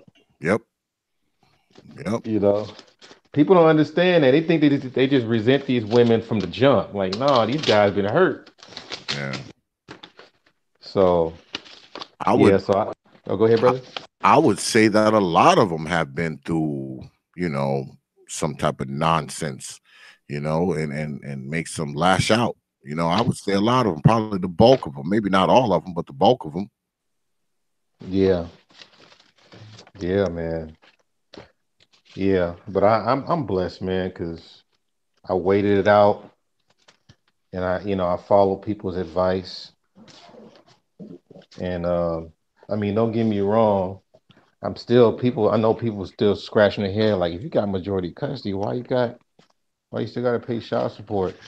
Because it's a numbers game and a timing game. If people know how to read the charts and things like that, Mhm. you know, uh, that percentage thing is what gets you. Yep, When you play with that, boy, yep. It's definitely a numbers game, man. Trust me, boy. I went through that for years, man. Uh, you know, yeah. I did, went through it for years, man. But, You know, but some, Somebody told me though that if your child is about what 12 or older, they can go to court on your behalf and say, I want to be with this parent, and the child support will drop. Yeah, yeah, It's gone. yeah, You don't have to worry about it no more. yeah. So if you got a son or daughter that's cooperative on that, they can stop things tomorrow. Mm-hmm. I know. So if anybody didn't know, you should pay Brother Prophet some money for finding out this information, because that'll save you a lot of money if you really needed this information. Yeah, I mean, because I mean, things are a little different now. I mean, it's progressed a little bit. It hasn't progressed that much, but it has progressed a little bit. And it's different now than it was, when I was going through it, with my kid's mother, man. It was just crazy, man. I would go to court, man, and they would tell me all kinds of crazy mess. I would come up in there with receipts and all that kind of nonsense because I mean when she had my first kid, I mean, I was paying the rent for the apartment that they stayed in, buying all my son's clothes, putting food in the crib, all of that, you know. Hmm. And shoot, man, she got mad. She got mad because I had another chick, right? And so now she want to take me to child support. So what she does is she drags me into court. So I go in there, with rent receipts. I go in there with rent receipts and receipts for clothes and all this kind of nonsense. They said that don't mean nothing. I was like, wait a damn minute. What do you mean?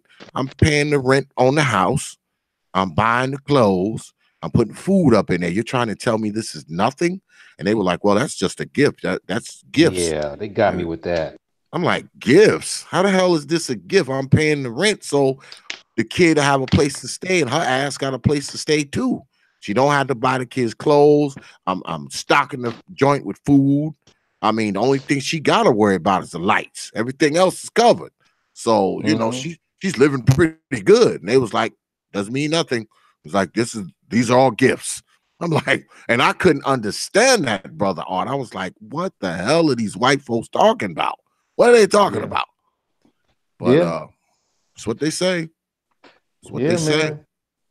Yeah, that's what they got me on the gift thing too. And then, I start learning that you have to, make sure that, what was it again? I think you had to actually go to a court and fill out a paper every time you make a payment. If you didn't Mm-hmm. do an order, there is some kind of paper you fill out in I think it's the family law, Yep. where See, I you didn't got know about any of that stuff. yeah, you got to declare your payment so that the court will have it. And then you can even, I think you have to file it, which is, I think that's free. It's Mm-hmm. tedious, but you should do that before you until you are able to get something settled to where you settle for an amount that you send, Yep. you know. So I wasn't that's aware of I wasn't aware of the modifications. I didn't, I was paying X amount of dollars and didn't know that I could get it lowered over time. I didn't know any of that. You know, I I was want just to paying what do they told that. me to pay. I want to do that because my son is getting big. But the problem is, Mm, when you're a teacher, your what do you call it? Your salary goes up a little bit. mm. So I'm quite sure they'll play with me on that. But Yeah, because they go by percentages. They go yep, by percentages, percentages. time, Yep. distance as well. She gets me on Yep. the distance. Yep. All of So that. so again, I just look at the fact that he ain't no knucklehead, he ain't doing no crazy stuff. He's pretty much doing what he's supposed to do. So I figure that that's an investment. So if that money is gonna, make her happy based on me taking care of my son, I'll take it on the chin. I'll take it for the team or whatever it Mhm. is, because he can't he can't go back and start over in his childhood. He only has one childhood, so. And Yeah. Carmen, but we know one thing though, brother. Carmen is a businessman. Oh yeah. Yes, it is. Yes, it is, boy. Yes, it is. So I they mean, gonna come and collect. of course, of course. I'm seeing the results, all the crap that I went through, man, when I was a young guy, man. I'm seeing that karma right now. Yeah. You I'm know what? seeing it. I'm kind of seeing it too, man.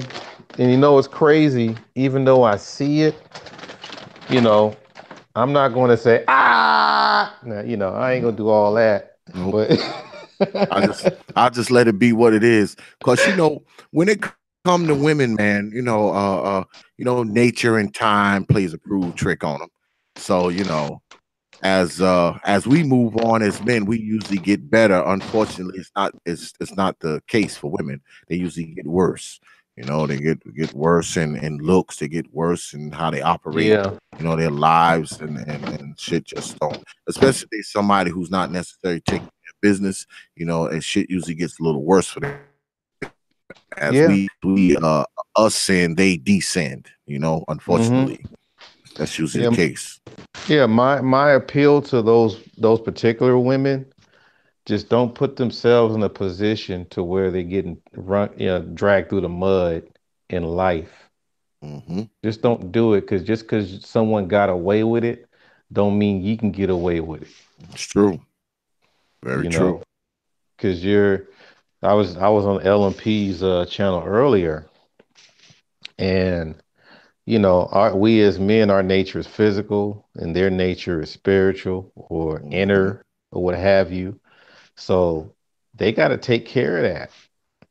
Hmm. They got to make sure because I think the problem is they're too busy trying to like really hunker down on the physical and don't really tune in on that stuff that's happening in the intuition realm. They're not getting into that enough. So Nope. therefore, we're fighting it. We're always battling and fighting because basically, if I'm comfortable in my manhood, my masculinity, I don't have room to share that. You know, this is me. This is what I was born with, and I don't have to try to conjure it. This is me. I'm the man. So if you just want to jump in there and say, "I'm the man too," with that voice, I'm like, it's I'm just the not man happening. too. Yeah, it's not gonna happen. I can say some nice things, but just because I'm saying nice things don't mean I'm just letting you be the man. I just want to go to sleep. Yeah, yeah, yeah, pretty much. See, my problems didn't start with my kids until um when I split. When I split from their mother.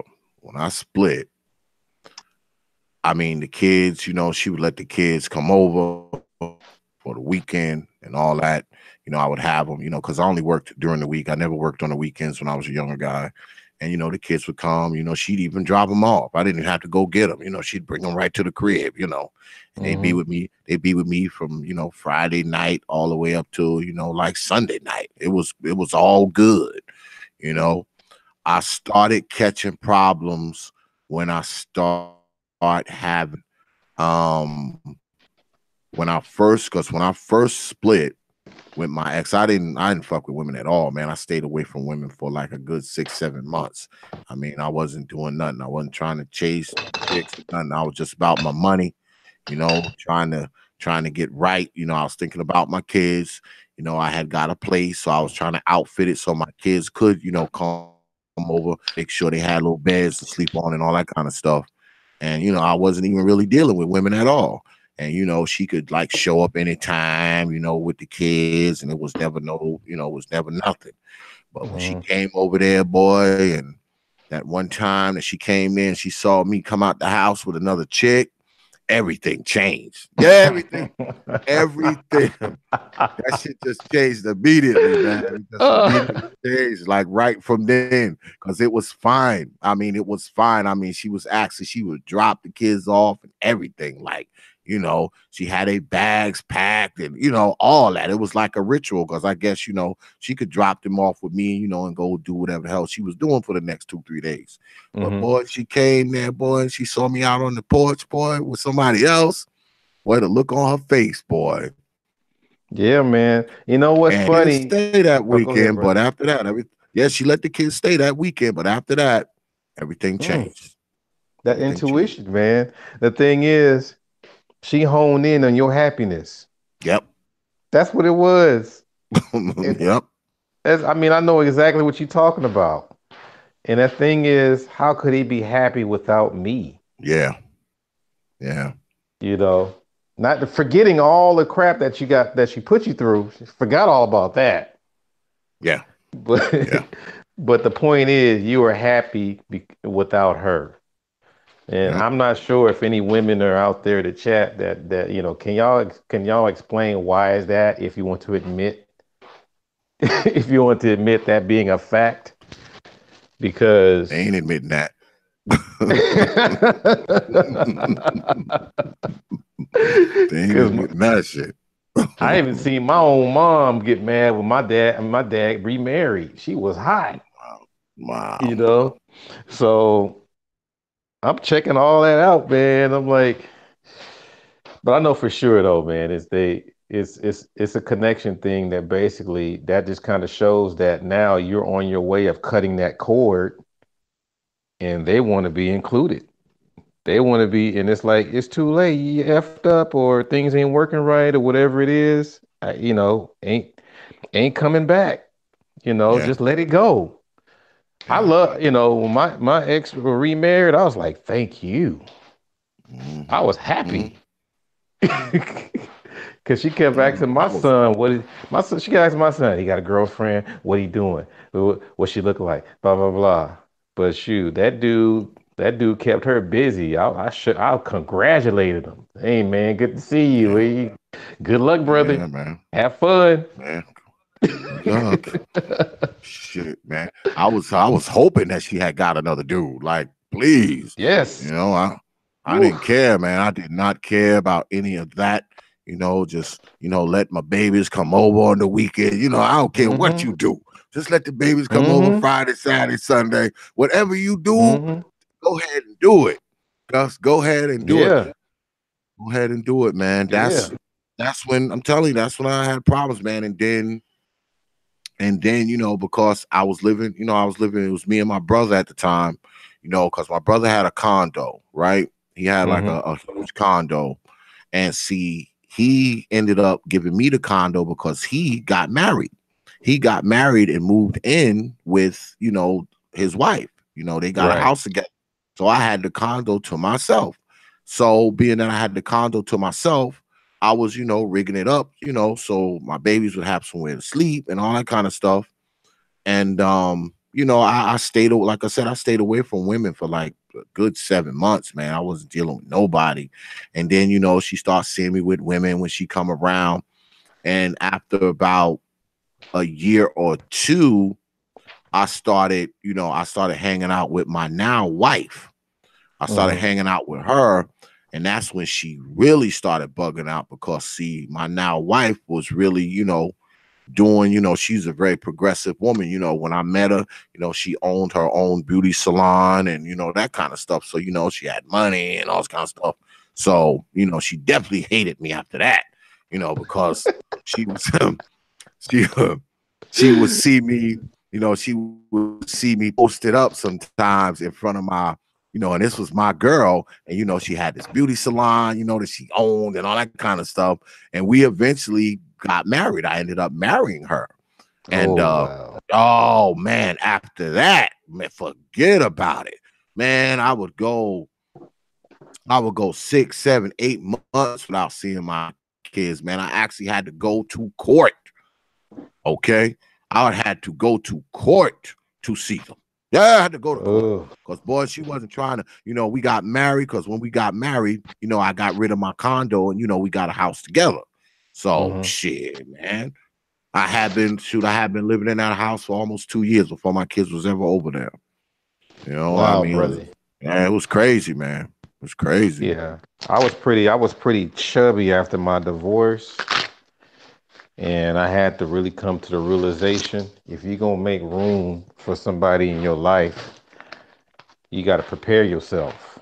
So Yeah. I went, I made my diet more stricter. Got to the gym. I went down from 260 to about 220 at the time. Now I'm about 200. But Mm. I got that down, man. That's probably the quickest way to really hook up with somebody when you take them pounds off. Oh And yeah. man, um, that's when her sister, her sister saw me. I know y'all ready to hear this chat room. It wasn't no hanky panky, y'all. Y'all like, oh, what happened? No. Long story short, for some reason, because they haven't seen me in a while, I forgot where I saw them at. But man, when I saw my ex again after I lost my weight, she was, like her eyes kind of like bugged out and kept a distance. But her sister was all up on me. Mm. Well, just gave me a big old hug or whatever and all that.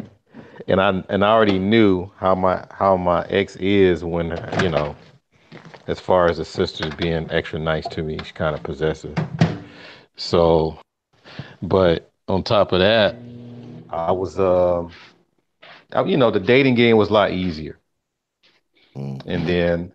then, every now and then, I had certain people over here, and I don't know what it was, but I had to like take my son aside, be like, man, whatever's going on in the man cave, that's between us. Yeah. That Yeah. don't be sharing your business or my business with your mom. Yeah. Okay. And I asked him, I was like, does she ask about what's going on? She said all the time. I was like, okay, you're gonna have to cut the information out. You're not Inspector Gadget. This the man code. I was teaching them the man code. You Mm-hmm. know, you don't just sit there and snitch or do whatever or whatever it is. You just don't share anything, you know, because basically I don't even know. I don't even want to know what's going on over there at her place. So, but yeah, man, I remarried myself, so I'm doing pretty good. But the beauty of my situation, she never saw my, the new people in my life, so I'm blessed on that because we keep our distance, Yeah. that, and thank God for texting. Oh man, I think texting was invented for ex-wives and ex-husbands. I was I had told this story before. I had told this story before about, me and my ex, we don't talk about nothing. We don't talk about nothing because, like I said, my youngest daughter, I had custody of her, and now she's 20. So me and my ex, we don't talk about anything. But over the course of the last few years, texts me, about freaking BS, shit that don't matter. Because it's not like we got to talk about the kid because the kid is 20. But Right. she be texting me about bullshit, because she see how I live, she sees how my wife lives, she sees all that, she sees Hmm. it. And Hmm. you know, I guess she thinking about the old days, because back when I Uh-oh. was yeah, because back when I was young, I was broke. I was broke when I was like in my 20s. I was severely broke, but I'm not broke like that anymore. So Right. and she sees that. She sees it. She see how things are. She see, like I said, she see how my wife is. She see what kind of car my wife drives. She sees this stuff. She Hmm. sees it. So she be texting me about bullshit that don't even matter. I never answer the shit. I just read them and delete them. I just feel like, oh man, here we go with this bullshit. You know, because she's thinking about those times when I was young and broke, and she thought I was never gonna be shit. I guess she thought I was never gonna turn into nobody. I don't know. But that wasn't the case. That wasn't the case. So Right. now I guess she's trying to see if she still has any kind of influence on me whatsoever. And the answer to that question is no. We haven't done that much talking over the course of many years, and I wanted to stay that way. I don't even know. Well, I know how she got my number. She got my number from my daughter. because I called my daughter when she first started writing me, because she's been writing me for the, better part of, I don't know, like a year or two now. She'll Mm, text me every now and then something stupid that I don't care about. And I, mm. I called my little girl. I was like, I said, yo, I said, how your mom get my damn number? She was like, oh, I gave it to her dad. I'm like, what the hell would you do that for? Like, what kind of, why would you do that to me, girls? Look, oh, she asked me for it. She asked me for it, dad. Like, shit, don't be giving her my shit. I said, I'm gonna change my number. And guess what? You better not give him my goddamn number no more. Give it out. Oh, I give it to Oh her dad. man, I'm like, what the I hell you hate give when my kids in the number middle of for? this stuff, man. I really, Ah, I hate when kids are in the middle of this because it's not fair. They don't deserve it. They claim. People say it's weird. Every now and then you hear people say they don't ask to be here. And then I hear in the spiritual language that people say they chose the parents. mm-hmm. So, but I guess just in this kind of language, in this circumstance, they didn't ask for any of this stuff. Nah, they didn't. They didn't. You know, it's They just didn't, not man. right. And, let's keep it 100, because some people try to say that this is a universal thing. Well, if it's universal, we are the A and L of universal. We're on the bottom end of the universal when it comes to the penalties that are handed down in this system. We get the Mm-hmm. worst, man. So, and then we don't even have any parachutes or escape plans. Nope. We don't have it. We don't have the Goldsteins and the Silversteins Nothing. that's gonna bail us out. And if we do get a lawyer, shoot, we homeless after that. They high as we get hell. we get a lawyer. We gotta live in the damn lawyer's garage and shit for the next 6 months. Thank you. Man, it's crazy, Three man. hundred, 300 an hour and all that kind of stuff. I'm like, come Yeah, on, man. man. And Yeah, so man. my whole thing is, according to the black family, we got to start doing research on where this money's really going and who is it benefiting, you know, Mm-hmm. because for some reason, I was saying earlier, wherever there's sickness, there's doctors. Wherever there's cops, wherever there's crimes, there's cops. And whenever there's dysfunctionality in racial Mm-hmm. relationships, there's divorce courts, Mm-hmm. and they're getting paid. And I ain't trying to hate on people's hustle, but do we always got to be the butt of it? And Yeah, then, and does the kids have to always keep seeing mommy and daddy fight, and then they grow up and repeat the cycle? yeah. You know, it just bugs me. I went. My parents, went through some things and got divorced and all that. So, but the thing is, I guarantee you, I did not do what my dad did. Mm-hmm. They got away with a lot of stuff in the 70s. So no, I wasn't playing that. I was not. I'm not. Probably because I have a dear love for my mom. So, but yeah, I was dating this one chick, man, and um she was kind of I think she had children by I guess a famous gang name, but he was a member of that gang out here in LA. And he was still in and out of that system, doing knuckle dragging stuff every now and then, but the girls loved him, so I mean he was in and out of their life. But the thing was, I'm sitting there in a child support system, and she was complaining about her finances and stuff like that. And I just kind of asked, I said, "Is he on child support?" And she was like, "No, because, he's going through some things." Mm. And I'm sitting there like, okay, why can't my ex say that? Yeah, I wish somebody would have been saying, "Oh, well, he's going through some shit," so can't put him on child support. Thank you. I like because I think it seems like us that do like I think it seems like I can't really make a grand statement, but it just seems like the honest working brothers are the ones that get through the child support system the most. Yeah, yeah, yeah. That's what it seems like, man. I could be wrong. People could correct me. I don't know, but I keep hearing all these stories, and it's always us.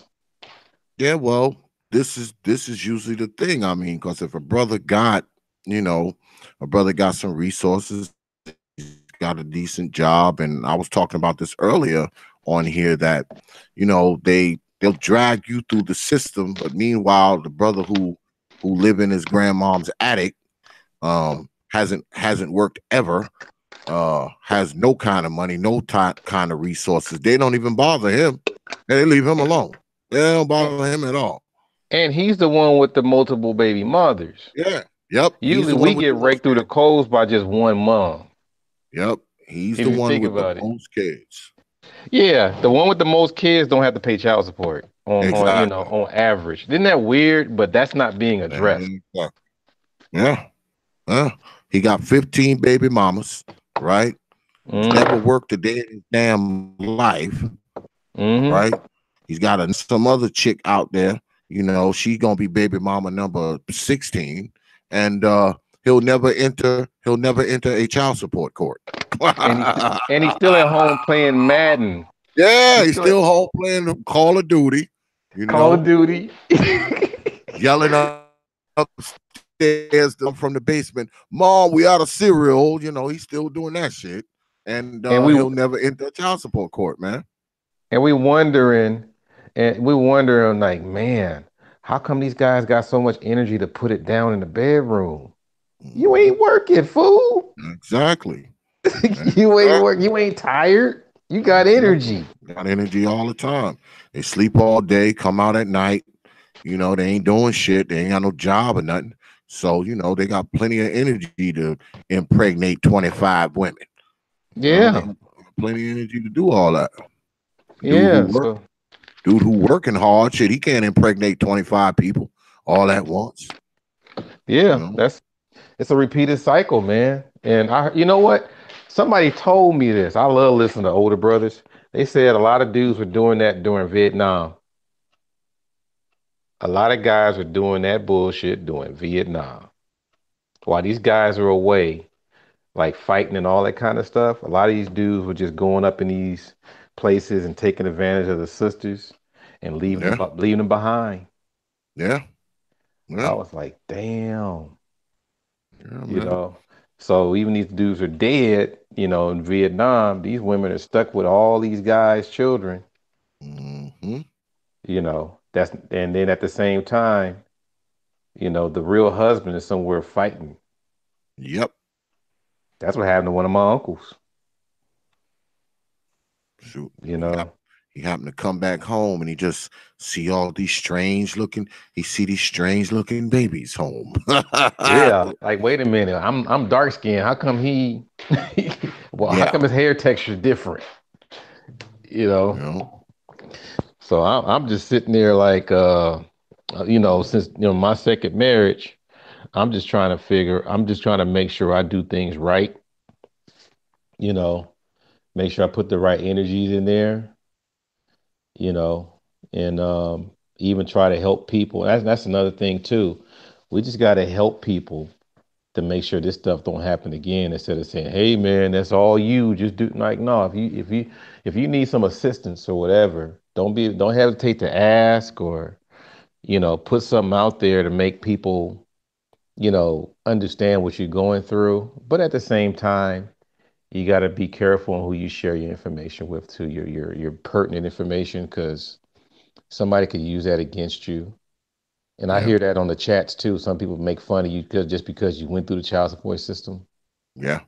I heard Yeah. that before. That's some old broken man code stuff right there. You can't break that man code like that. Yeah. It's true, So man. Because it happens to a lot of us, man. I mean, yes. and I'm a true believer, like you said, man. A lot of the brothers, man, because when you talk about this is what pisses me off, right? We hear the talk of men, right? Now, Hmm. we know as black men, okay, and this is statistical data, not to get too much into numbers, but statistically, do you know that only about 40% of black men have children? That's 40%. I think it's like 43%, 42%, something like that, that Hmm. that have children, right? Right. So that means the Majority of us do not. Now, out of that 40% that has children, 67% of that 40%, okay, are in their children's lives, taking care of them, looking out for them. 67%. So you're talking about 2/3, right? Mm-hmm. That means only 1/3 of that 40% are the deadbeat Dannies, the dudes with 50 baby mamas. Only a third. So you're talking about a third of 40%, which comes out to be about 13, 14% of black men on a whole, because only about 42% of black men have children anyway. So you're talking about 13% of black men that could be technically called deadbeats or whatever the hell you want to call them, because these are the guys who got 25 baby mamas. These are the Mm-hmm. guys who, they ain't doing shit for the kid. They still live in their mom basement and all this kind of nonsense. They just running around spreading seeds all over the place and ain't thinking about taking care of no. That's a very of black men.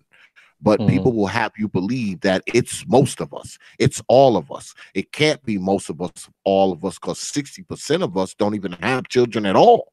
We don't have Right. any.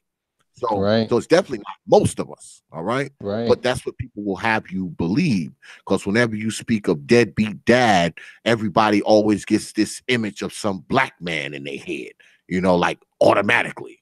And I Yeah. think that that's something that we as men have to overcome. I was caught up in a child support system for more than 20 years. Paid child support for my daughter, my oldest daughter, till she was 21, because she graduated school and went off. So I paid for her until she was 21. So I know all the ins and out of child support and how they rake you across the coal and try to make you pay way more than you're supposed to and give you all kinds of problems and fight you and just all kinds of nonsense. I've seen brothers go through it. I've seen brothers get locked up behind it. I've seen brothers lose their licenses, lose jobs, all kinds of shit. So, I mean, I've seen it so much. It's just horrible, man. It's just, uh, I and think. some of it is very unwarranted, man. It's very unwarranted Mhm. for some of these brothers. Yeah, I think that a lot when we break down these numbers, I think that people still forget the fact that you have one part of the statistics of the men that are in their father's lives versus the part of statistics of the guys that are deadbeat dads. Yeah. Most of the guys that are in their children's lives or what have you, those are the guys most of the time that have a child by one woman, most of them. Hmm. So Hmm. you got to look at that number on the other side of the deadbeat side, where these guys have multiple women. So that expands with a larger community, a larger number. So that being said, and I'm not putting all the innocence on all guys that are in their children's life, but I think the part that people have to understand is that there is a problem that's not being addressed, and then they're only pushing. They're putting everybody in the same pile, and when you do that, it's hard to really fix the problem what we have, because that are um, a lot of us that are involved in our children's life, most of the time we try to reach out to others that don't have a father, like coaching Yeah. and mentoring and tutoring. So a lot of us do those things, but I think the part that needs to be addressed, I think I mentioned on one of the panels, I'm not sure if you were on it. Remember good times when um I think it was when Michael brought a friend by, and Hmm. he was from the streets, he was rude. I mean, let's just say that he was just I always say there's a positive and negative positive and a negative Pookie and Ray Ray. He was the negative Pookie and Ray Ray, right? He was the one that was disrespect. He was putting the foot on the coffee table, and he was eating out of turn, and he was jaw japping back and forth with the father. And guess what? Remember what the father did when he had enough? Whooped his ass. And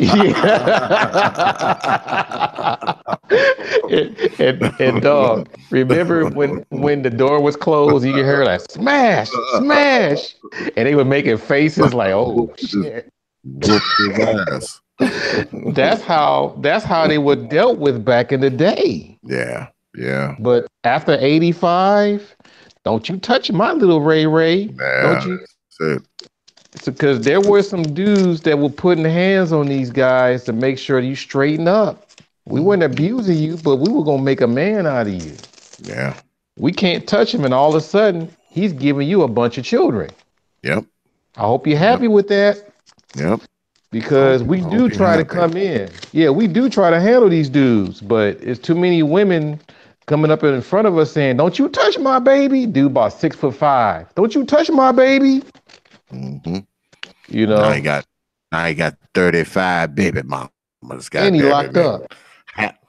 Yeah, and he locked up, and 2/3 of them damn kids starving to death. What's good, bro? What's good, brother War? Hey, Mr. Prophet of Thought, thanks for having me. Oh, absolutely, man. What's good? What you got for me? What's Hey, man, happening, fam? I enjoyed your show. How you doing, sir? Thanks for stopping by. Hey, man, listen, man, I enjoyed your show. I've been listening to what you guys have been saying, and it's unfortunate that decent, productive Black fathers have to go through so much turmoil when it comes to seeing their kid. Now, I really believe that the child support system. Well, first and foremost, I'm going to say this. The sociopathic Black guys who walk out on their kids are losers. I'm not talking about them. I'm talking about decent, productive Black dudes. I think the child support system is basically on some revenge type of thing. I mean, if you don't work out with your girl and you go your opposite way, but you're still there, she can just try to jam you up on some revenge. I don't want you to be happy. So, I mean, and it's also control. I mean, she can put you in jail. She can go to court and ask for an increase and put you in jail just because she wakes up mad one day because you got another ass chick on the when you moved on. So it's a weapon. It's been weaponized, and it's basically made to make decent Black guys not want to have kids. It's constructed in a way to make decent, logical, smart Black guys not want to have kids. And it's a form of population control. But see, that's why me personally, I slowed down.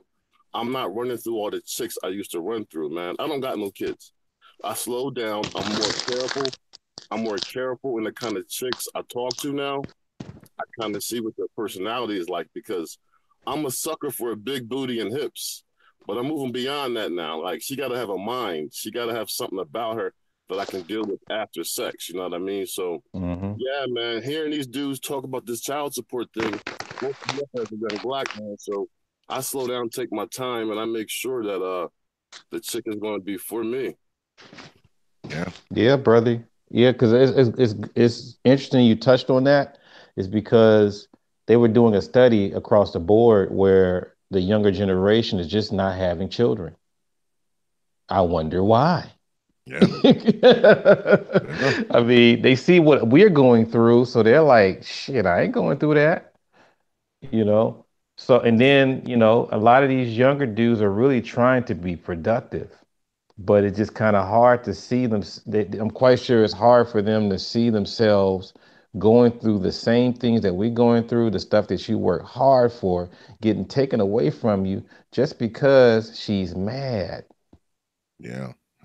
It's You know good what I that they're mean? learning, though. It's good that they're learning. I think, because I be on a few panels. I be in a lot of places, and you hear people say, even people that I'm really really cool with and aligned with, they're like, "Oh, we need to be having more kids because our population is going down." I've actually heard people say, "Have kids even if you can't take care of them," which to me is just totally ridiculous.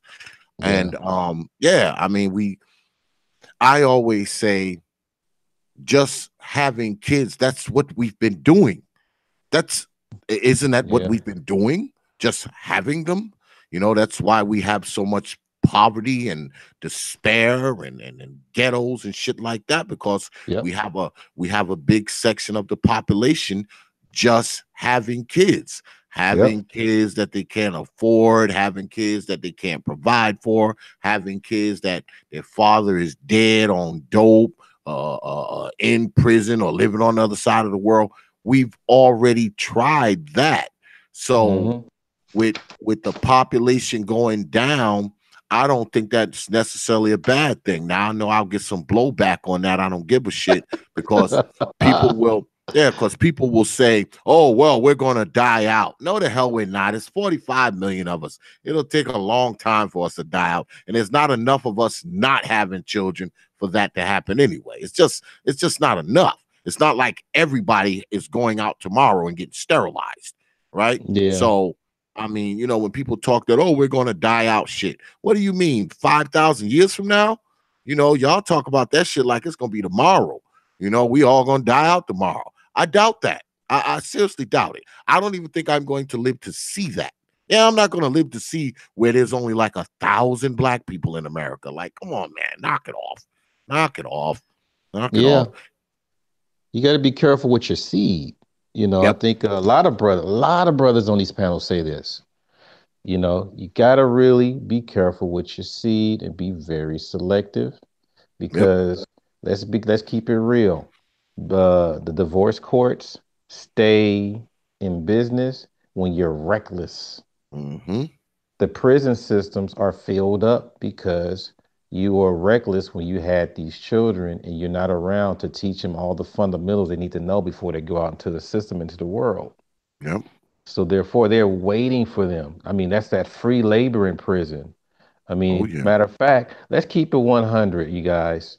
They're not doing, I hope the chat's listening to this, they're not doing too many lab rat experiments anymore. Guess what they're experimenting on? Prisoners.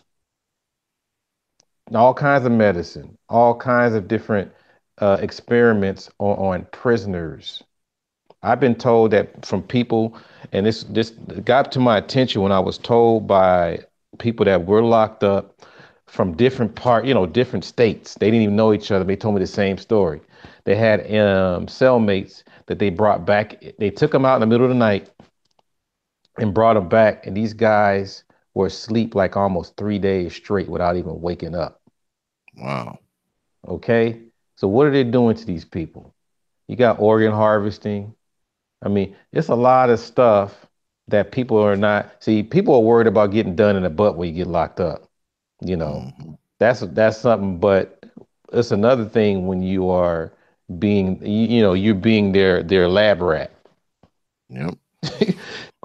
Especially now in the time where prisons are privatized. And, when you got these privatized prisons, they have a contract, man, with these particular states and counties and municipalities where the contract states that these beds have to be like 90% full, 95% full. That's part of the contract. So who the hell you think they're filling them with?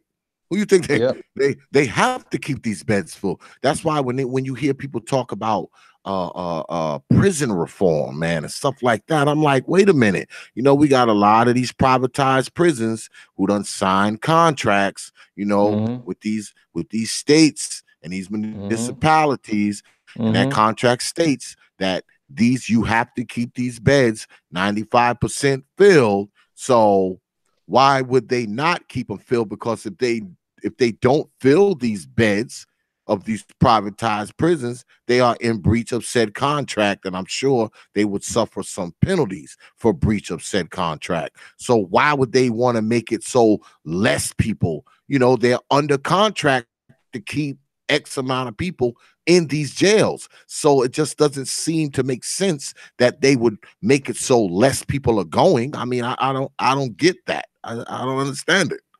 Yeah, and then we're supposed to, then we're crying about, well, we're not getting any what do you call it, jobs available, but now all of a sudden they're gonna have automation.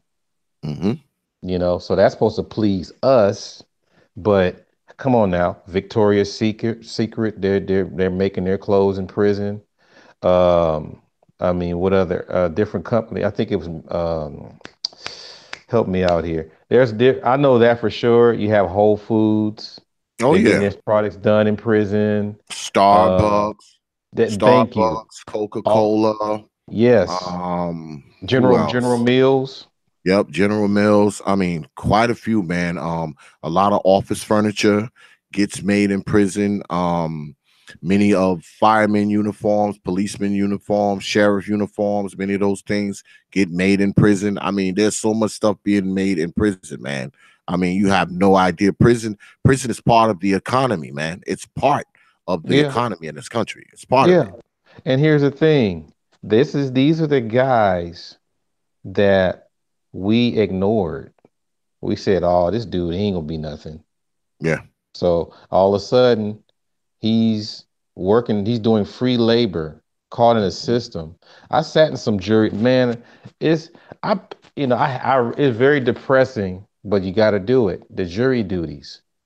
Mhm. Man, you had people coming in these jury duties from different parts of the county. They weren't even in their jurisdiction, but they came, you know how because you gotta like state your name and where you're from. And I'm like, you came all the way almost 2 hours away. I mean, what are you doing from San Diego in this jury? You know, on the South. It tripped me out. And I'm sitting there listening to them. And they come from miles to send our boys, especially our boys. They're increasing the girls, but they sending our babies in jail based on some dang movie fantasies. It was this one, I remember, I can speak about the case now. This is one case. This dude, the prosecutor, he said, and I kid you not, he said that this dude was in the passenger seat while this other guy was driving, and he reached over the guy driving from the passenger seat with two guns shooting at people. Mhm. Come on, Wow. man. That's the movies. Yep. You know? I mean, and the thing was, I'm like, it's too many movies. My whole thing is that you got so many people that are mentally conditioned on different movie images, and they bring that shit to jury duty.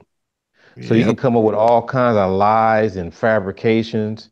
I mean, you probably even got some people that will use some of the language like jive turkey, hunky mother. And I'm like, that's in the 70s. He didn't, I'm sitting there like, people Yep. don't talk like that now. They saw it in the movie.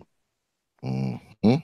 So, and the thing is, the jury buys it. That's what pisses me off. They buy it. And a lot of these people in these juries don't look like you or anybody else on this panel. They don't Mhm. look like us. So my whole thing is that we spitting these babies out, but we're not really putting enough time to make sure they do not get in this system. Mhm. Because don't forget, I do teach. I teach in the inner city, and I'm looking at the kind of teachers that these guys are. Put it this way, man.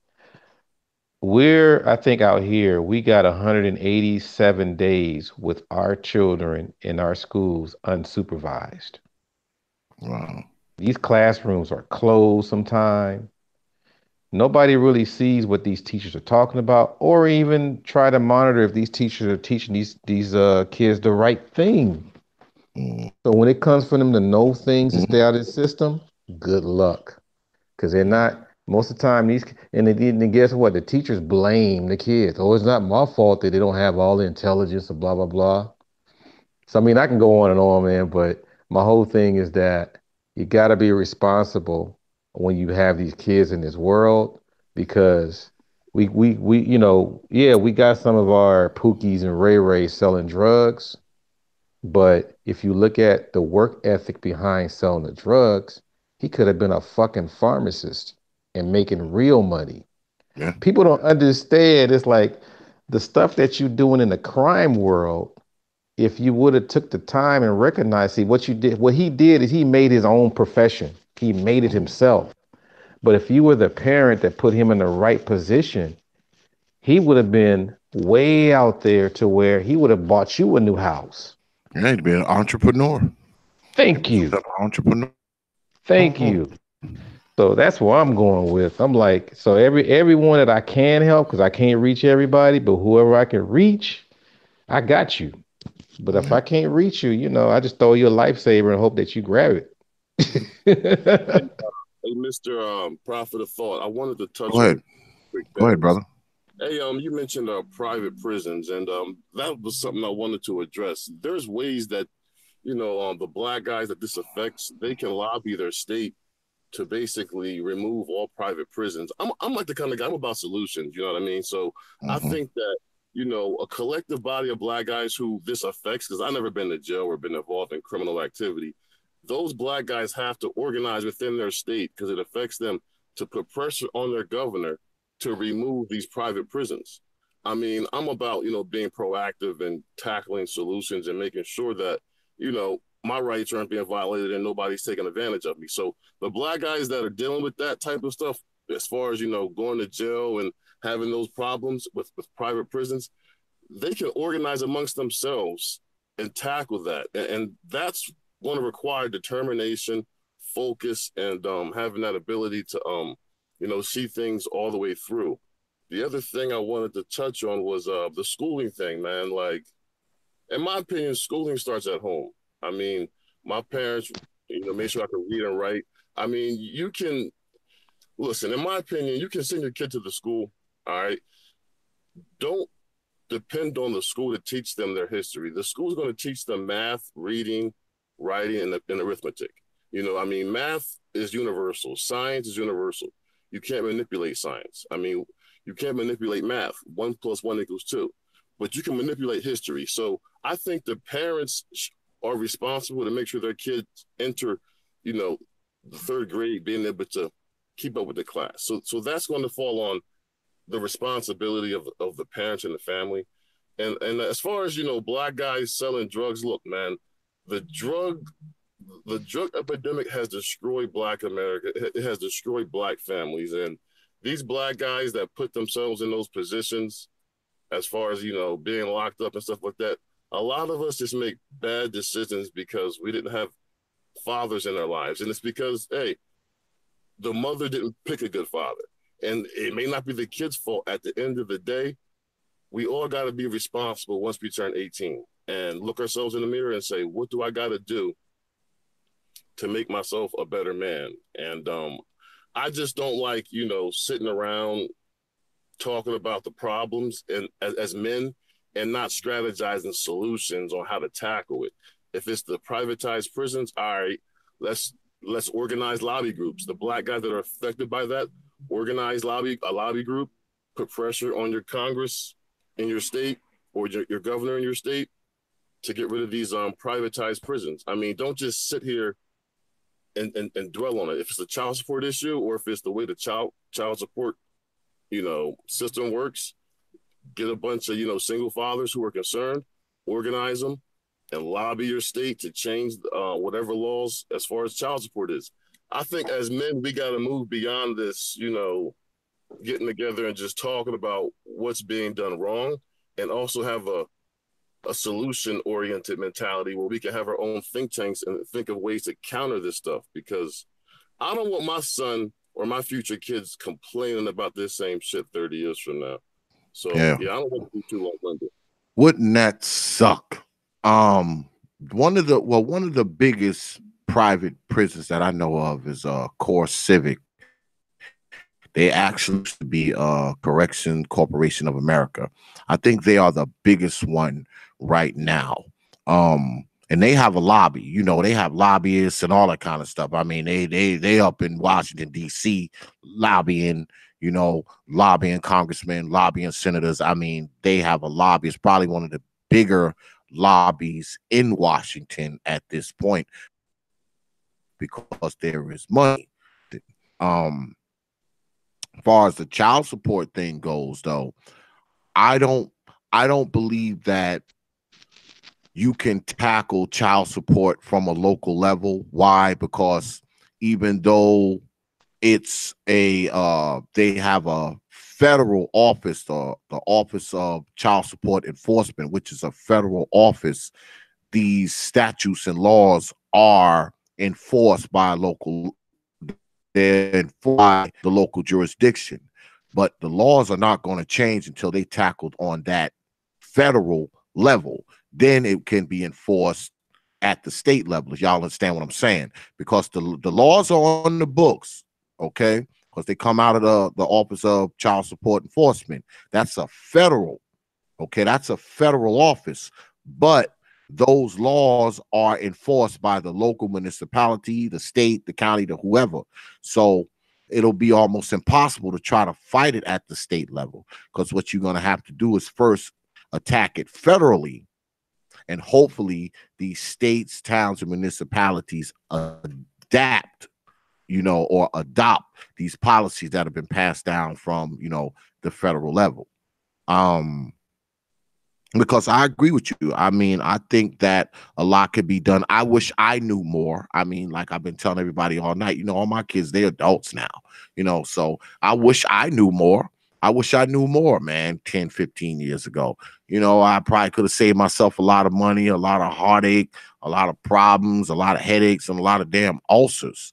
And I think what happens often with us is as black men, because the reason I found myself in goddamn a child support situation is to my old man, because he told me what was right and I did the exact opposite shit.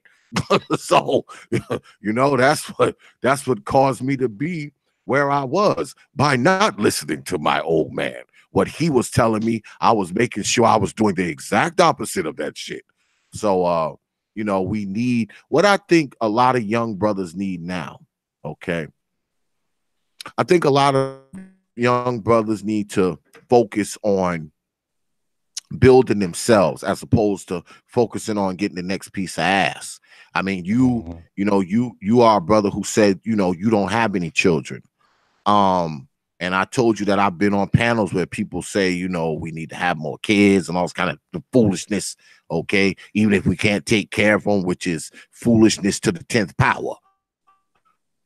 More brothers. Yeah, there needs to be more brothers like you who are taking their own destiny in their own hands, and also taking in the destiny of their future children in their own hands as well. Go ahead. Go ahead, right, brother. Man. You're right, and I'm glad you touched on that. Like you said, as black men, individual black men, we got to focus on getting ourselves established financially before we chase ass or pussy. I was going to say that, and I'm glad you said that, man. But mainly, I think it's the subculture that a lot of black American men have basically picked up as being followers and trying to fit in. If you remember, the moral decline, in my opinion, took place in the late 80s when NWA came out, and that's when a lot of us as black men, we just got this nigga, I don't give a fuck mentality. And before that, we were, structured, focused type of men. But after the late 80s and those movies came out, Boys in the Hood, Menace to Society, New Jack City, those movies were made to condition young black men to have the saggy pants and to be that stereotype. And ever since then, we were all about chasing pussy before we established ourselves financially. Now, don't get me wrong. I believe the black population needs to grow. Everybody else in this country is trying to increase their population. Whites are going crazy because their fertility rate is beyond replacement level. Whites are scared to be a minority. Hispanics are tripling their population. Black Americans who have the financial stability, the Black Americans who have the family structure mentality need to have kids, because we cannot just abort our way out of this. We're having more abortions than live births in some states. So I don't think that, black people should just I don't think black folk or black Americans should focus on reducing their population or not having babies. I think the decent, productive black folks should be encouraged to have more babies, because, be honest with you, staying a minority is not safe. When you're a minority and your numbers are small, you can be rounded up. Anything can happen to you. So you got to grow, you got to multiply, but it's all about producing good, productive, parents that are going to, instill values in their kids. Yeah. Well, I mean, but that's the problem, though, brother War. I mean, you have the average person, okay, not to get into too many numbers, but the average person who lives at the poverty line or below it are known to have an average of somewhere between 2.5 and 3.5 children. The average person who is in the upper tier, upper middle class, or quote unquote rich has 1.5. So you have people who don't have means, who don't have money. They're having most of the kids. The people who are rich and successful, they're not having a lot of kids. They don't have nine damn babies. I mean, if you got a woman who's successful and she's rich, she doesn't have eight babies by eight dudes. That's the Yeah. poor broke ghetto hoes doing that shit. It ain't the the successful women who have careers where they make $1 million a year. They don't have eight babies by eight guys. It's the broke assholes who live in the damn ghetto who's doing this. It's not the tech genius who makes $10 million a year who has 15 baby mamas. It's Jamal from the hood who lives in his mama's basement and don't have two Mhm. nickels to rub together.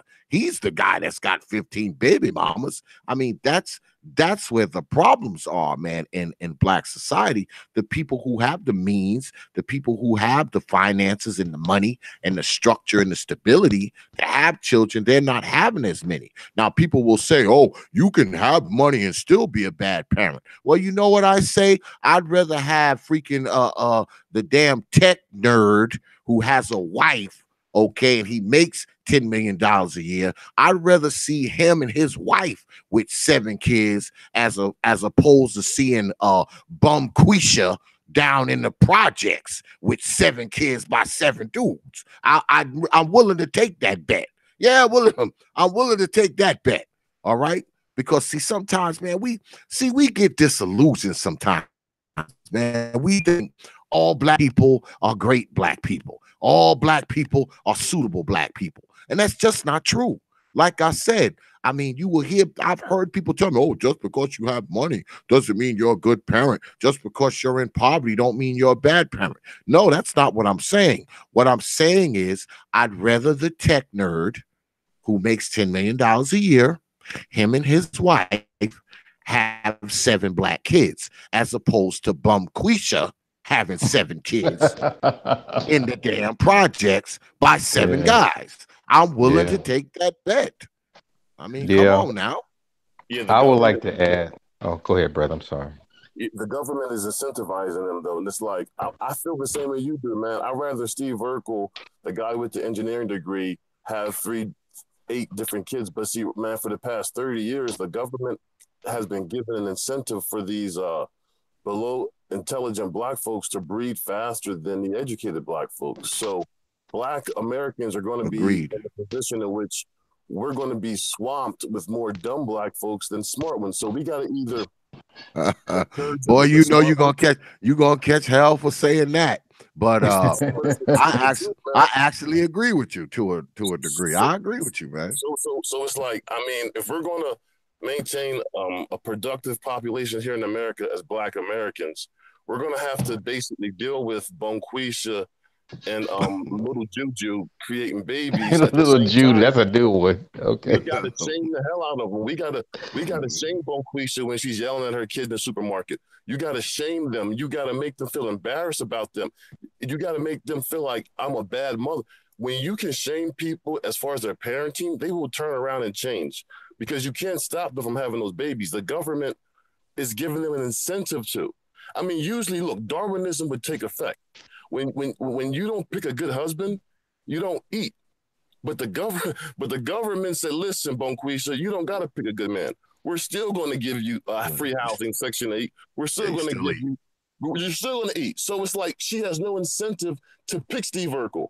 She has no incentive to pick Carlton Banks because the government is her safety net. So it's like we can hope and tell her not to have babies, but at the end of the day, she's going to continue to do it. We got to attack her parenthood strat, her parenting. We got to make it clear it's inappropriate to twerk at Walmart, Bonquisha. You don't be doing that shit in front of your kid. You don't be cursing, get in the car, nigga, to your kid in public. You don't be doing it. You got to start shaming these single mothers. That's going to change it. Yeah, so I would add, overall, it's, all I think every ideal, even the complaints, even the finger pointing, this is all valid stuff. Mhm. But I would always say that you got your affluent and your well-off people, they need to practice patience, and the poor and the disenfranchised need to practice discipline. Yep. overall. And the thing is, one can't do, like, for example, the well off and affluent, they shouldn't have to practice patience while the poor is not practicing discipline. Both of these things have to be done at the same time. I guarantee you, if those things are practiced, this problem would be gone overnight. Yep. You And know, then we wouldn't it, have to worry about all this child support shit because, it wouldn't be all these little illegitimate babies running around here with no daddies and daddies that don't want to take care of them and all that kind of shit. The child support problem would take care of itself if a particular part of our population would do certain shit. It would take care of itself. It would take care of itself. yeah, Because when do you see a child support case? You see a child support case when people split up. right. You And know, it's mostly our people. With it was sprinkled full of white folks here and there, but it's mostly our people. And the last time I checked, we ain't got no money as a people. hell no, So I don't know hell where no. all this money coming from. Yeah, I don't know where it's coming from either. So you would think that we would, with that, with that knowledge of that, you would think that we would be a little bit more pragmatic, especially with how we procreate, how we bring kids into the world, man. We should definitely be a little more pragmatic with that. I mean, but people don't get shit. Cause see, one thing I hate about us as a people, man, from what I've seen, man, and all my years of living, it's like we never think past 5 minutes from now, a day from now, a week from now. We ain't thinking about that shit. We thinking about right now. And a brother had said something a few weeks back. I think it was King Sigma. He said that because we was talking about this then, and he said X, he said the reason why these people who don't have anything, they don't have a place to live, they don't have no money, they don't have food to eat, the one thing that everybody can do is bust a nut. Everybody can have an orgasm. So what happens is we have a lot of people who go ahead and accomplish the one thing that they can accomplish, which is an orgasm, even though they can't accomplish shit else, even though they can't work, even though they can't get themselves out the ghetto, even though they can't progress, move forward. They all can have an orgasm. So we just kind of settle. We settle for that one achievement. Because for some of us, that shit. He said, because for some of us, that's actually an achievement. So we go ahead and we strive for that achievement. And they got a lot of us striving for it. So you got all these people trying to strive for that damn achievement. And guess what? They're getting it. And You know what that achievement is? Also, it's not only I'm gonna be real quick because I know you're building. That also that achievement is where you get the most feminine, that gets most femininity out of your woman. mm-hmm. But go ahead, Yep. brother. Yeah, I agree. I agree. I totally agree, man. And when he said that shit, man, I was like, wow, that makes a lot of sense, because like I said, I mean, most of the people who dumping out kids, man, is the broke people. I mean, those the people in black society, many of us, man, a big chunk of us who are having, 5 and 6 and 7 and 8 kids, broke as hell. I mean, man, you know how Yeah. many videos I've seen, man, 10 kids, 12 kids, 9 kids, no damn husband. What you doing with a dozen kids? You like 35. You got a dozen Yeah. kids and no husband. Come Yeah. on, man. Conditioning. It's What conditioning. sense does that make? They You all know got what's different crazy? daddies. Remember Claudine? I mean, that should have been a lesson right there. How old was Man. Claudine? That was what, 72, maybe 73? Oh man. They don't learn, man. People don't learn shit. Yeah, They because it don't looked like learn she was shit, struggling. That man. wasn't a beautiful movie at all. They was struggling, No. man. Yeah, man. It's just bullshit, man. Just bullshit. Low expectations, man. It produces low fucking quality. I don't care what nobody's saying. But about to wrap this up, man. You brothers got any final words before we peel out of here? I would, probably I would just say that we got some work to do, Yeah. and at the, and I would just say this also for those people that are very, very, very, very young. Oh, they go AM1. I told them I was on your panel. Um, I think that There's a lot of lessons to be learned. Don't throw away your books. Don't throw away your blueprints. Don't throw away your templates. Some things are possible, but you have to just can't ignore history. Use history to build on it and just move forward, you know. And that's how you create your reality rather than trying to reinvent the wheel. Brother War. Yes, sir. Yes, sir. Thanks for having me. I appreciated your show. What I'll say is this, man. If you're an individual black guy out there, stay focused. I mean, do what's right. No excuses, and be the best man you can be. Thanks for having me. Absolutely. I'll close out with this, man. I mean, I know a lot of us, as black folks, we have a tendency to come in this world without our fathers. Um, I'm not saying that it's always the woman's fault, and I'm not saying that it's always the man's fault, but it is what it is. And like I said earlier, usually when there's a child support thing going on, it's after the two have split up. Um, Sometimes I think this child support thing can take care of itself if we want it to. Because when we get the white man involved, all it does is create bigger problems, and that's the last thing we need is bigger problems among. So if you are a brother out there with kids, you need to do your damnness to be responsible for them. If you are a brother out there without kids, you need to do your damnness to not have any until you got enough coins in your pocket to take care of them. And I will leave y'all with that. Um, I want y'all to get on down there, man, to Prophet of Thought series on Facebook. That's Prophet of Thought, one word, series, another word. That's the main Facebook page. It's a community page, so go ahead, like, share, follow the page. You can even hit me up with a message. I always get back to you within 24 hours. If you need to catch up with old X, or whatever the case may be, you can leave me a message. I'll always get back to you.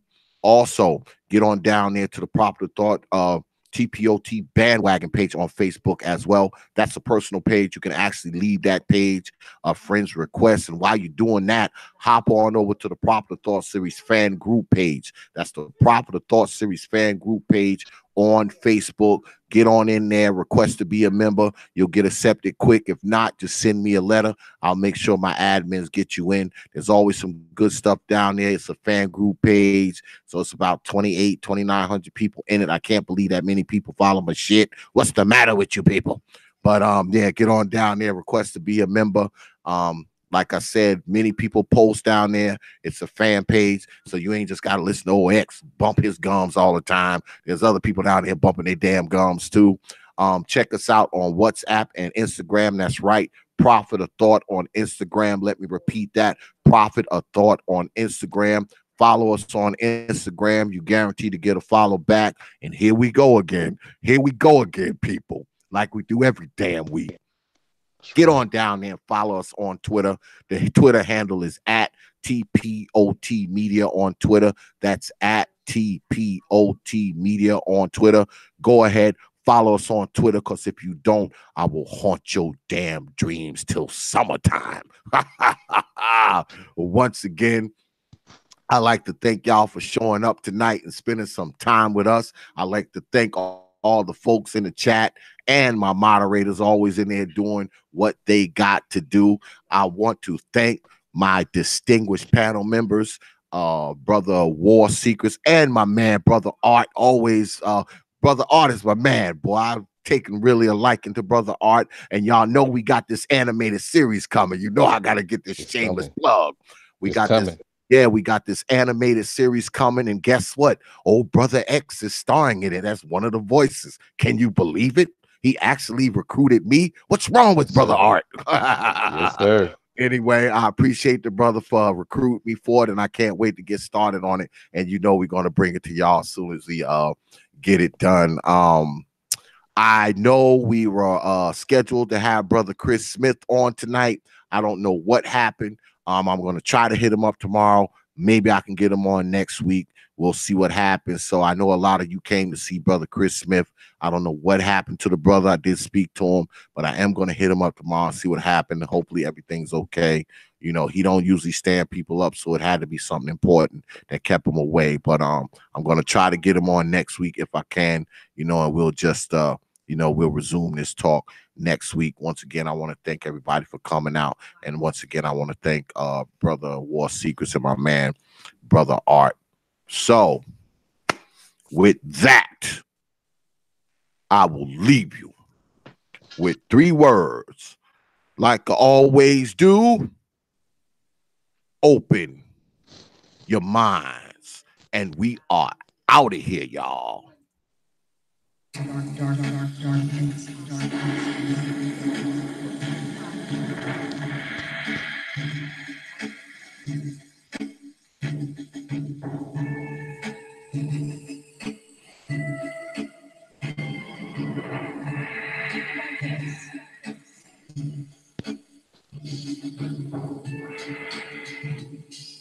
Peace, folks.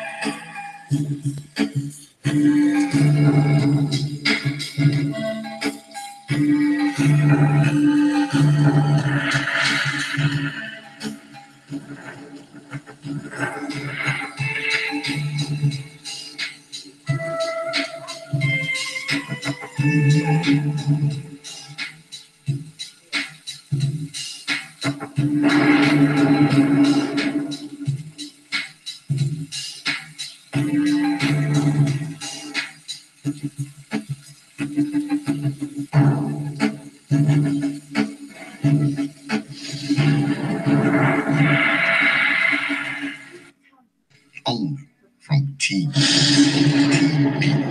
Open your minds.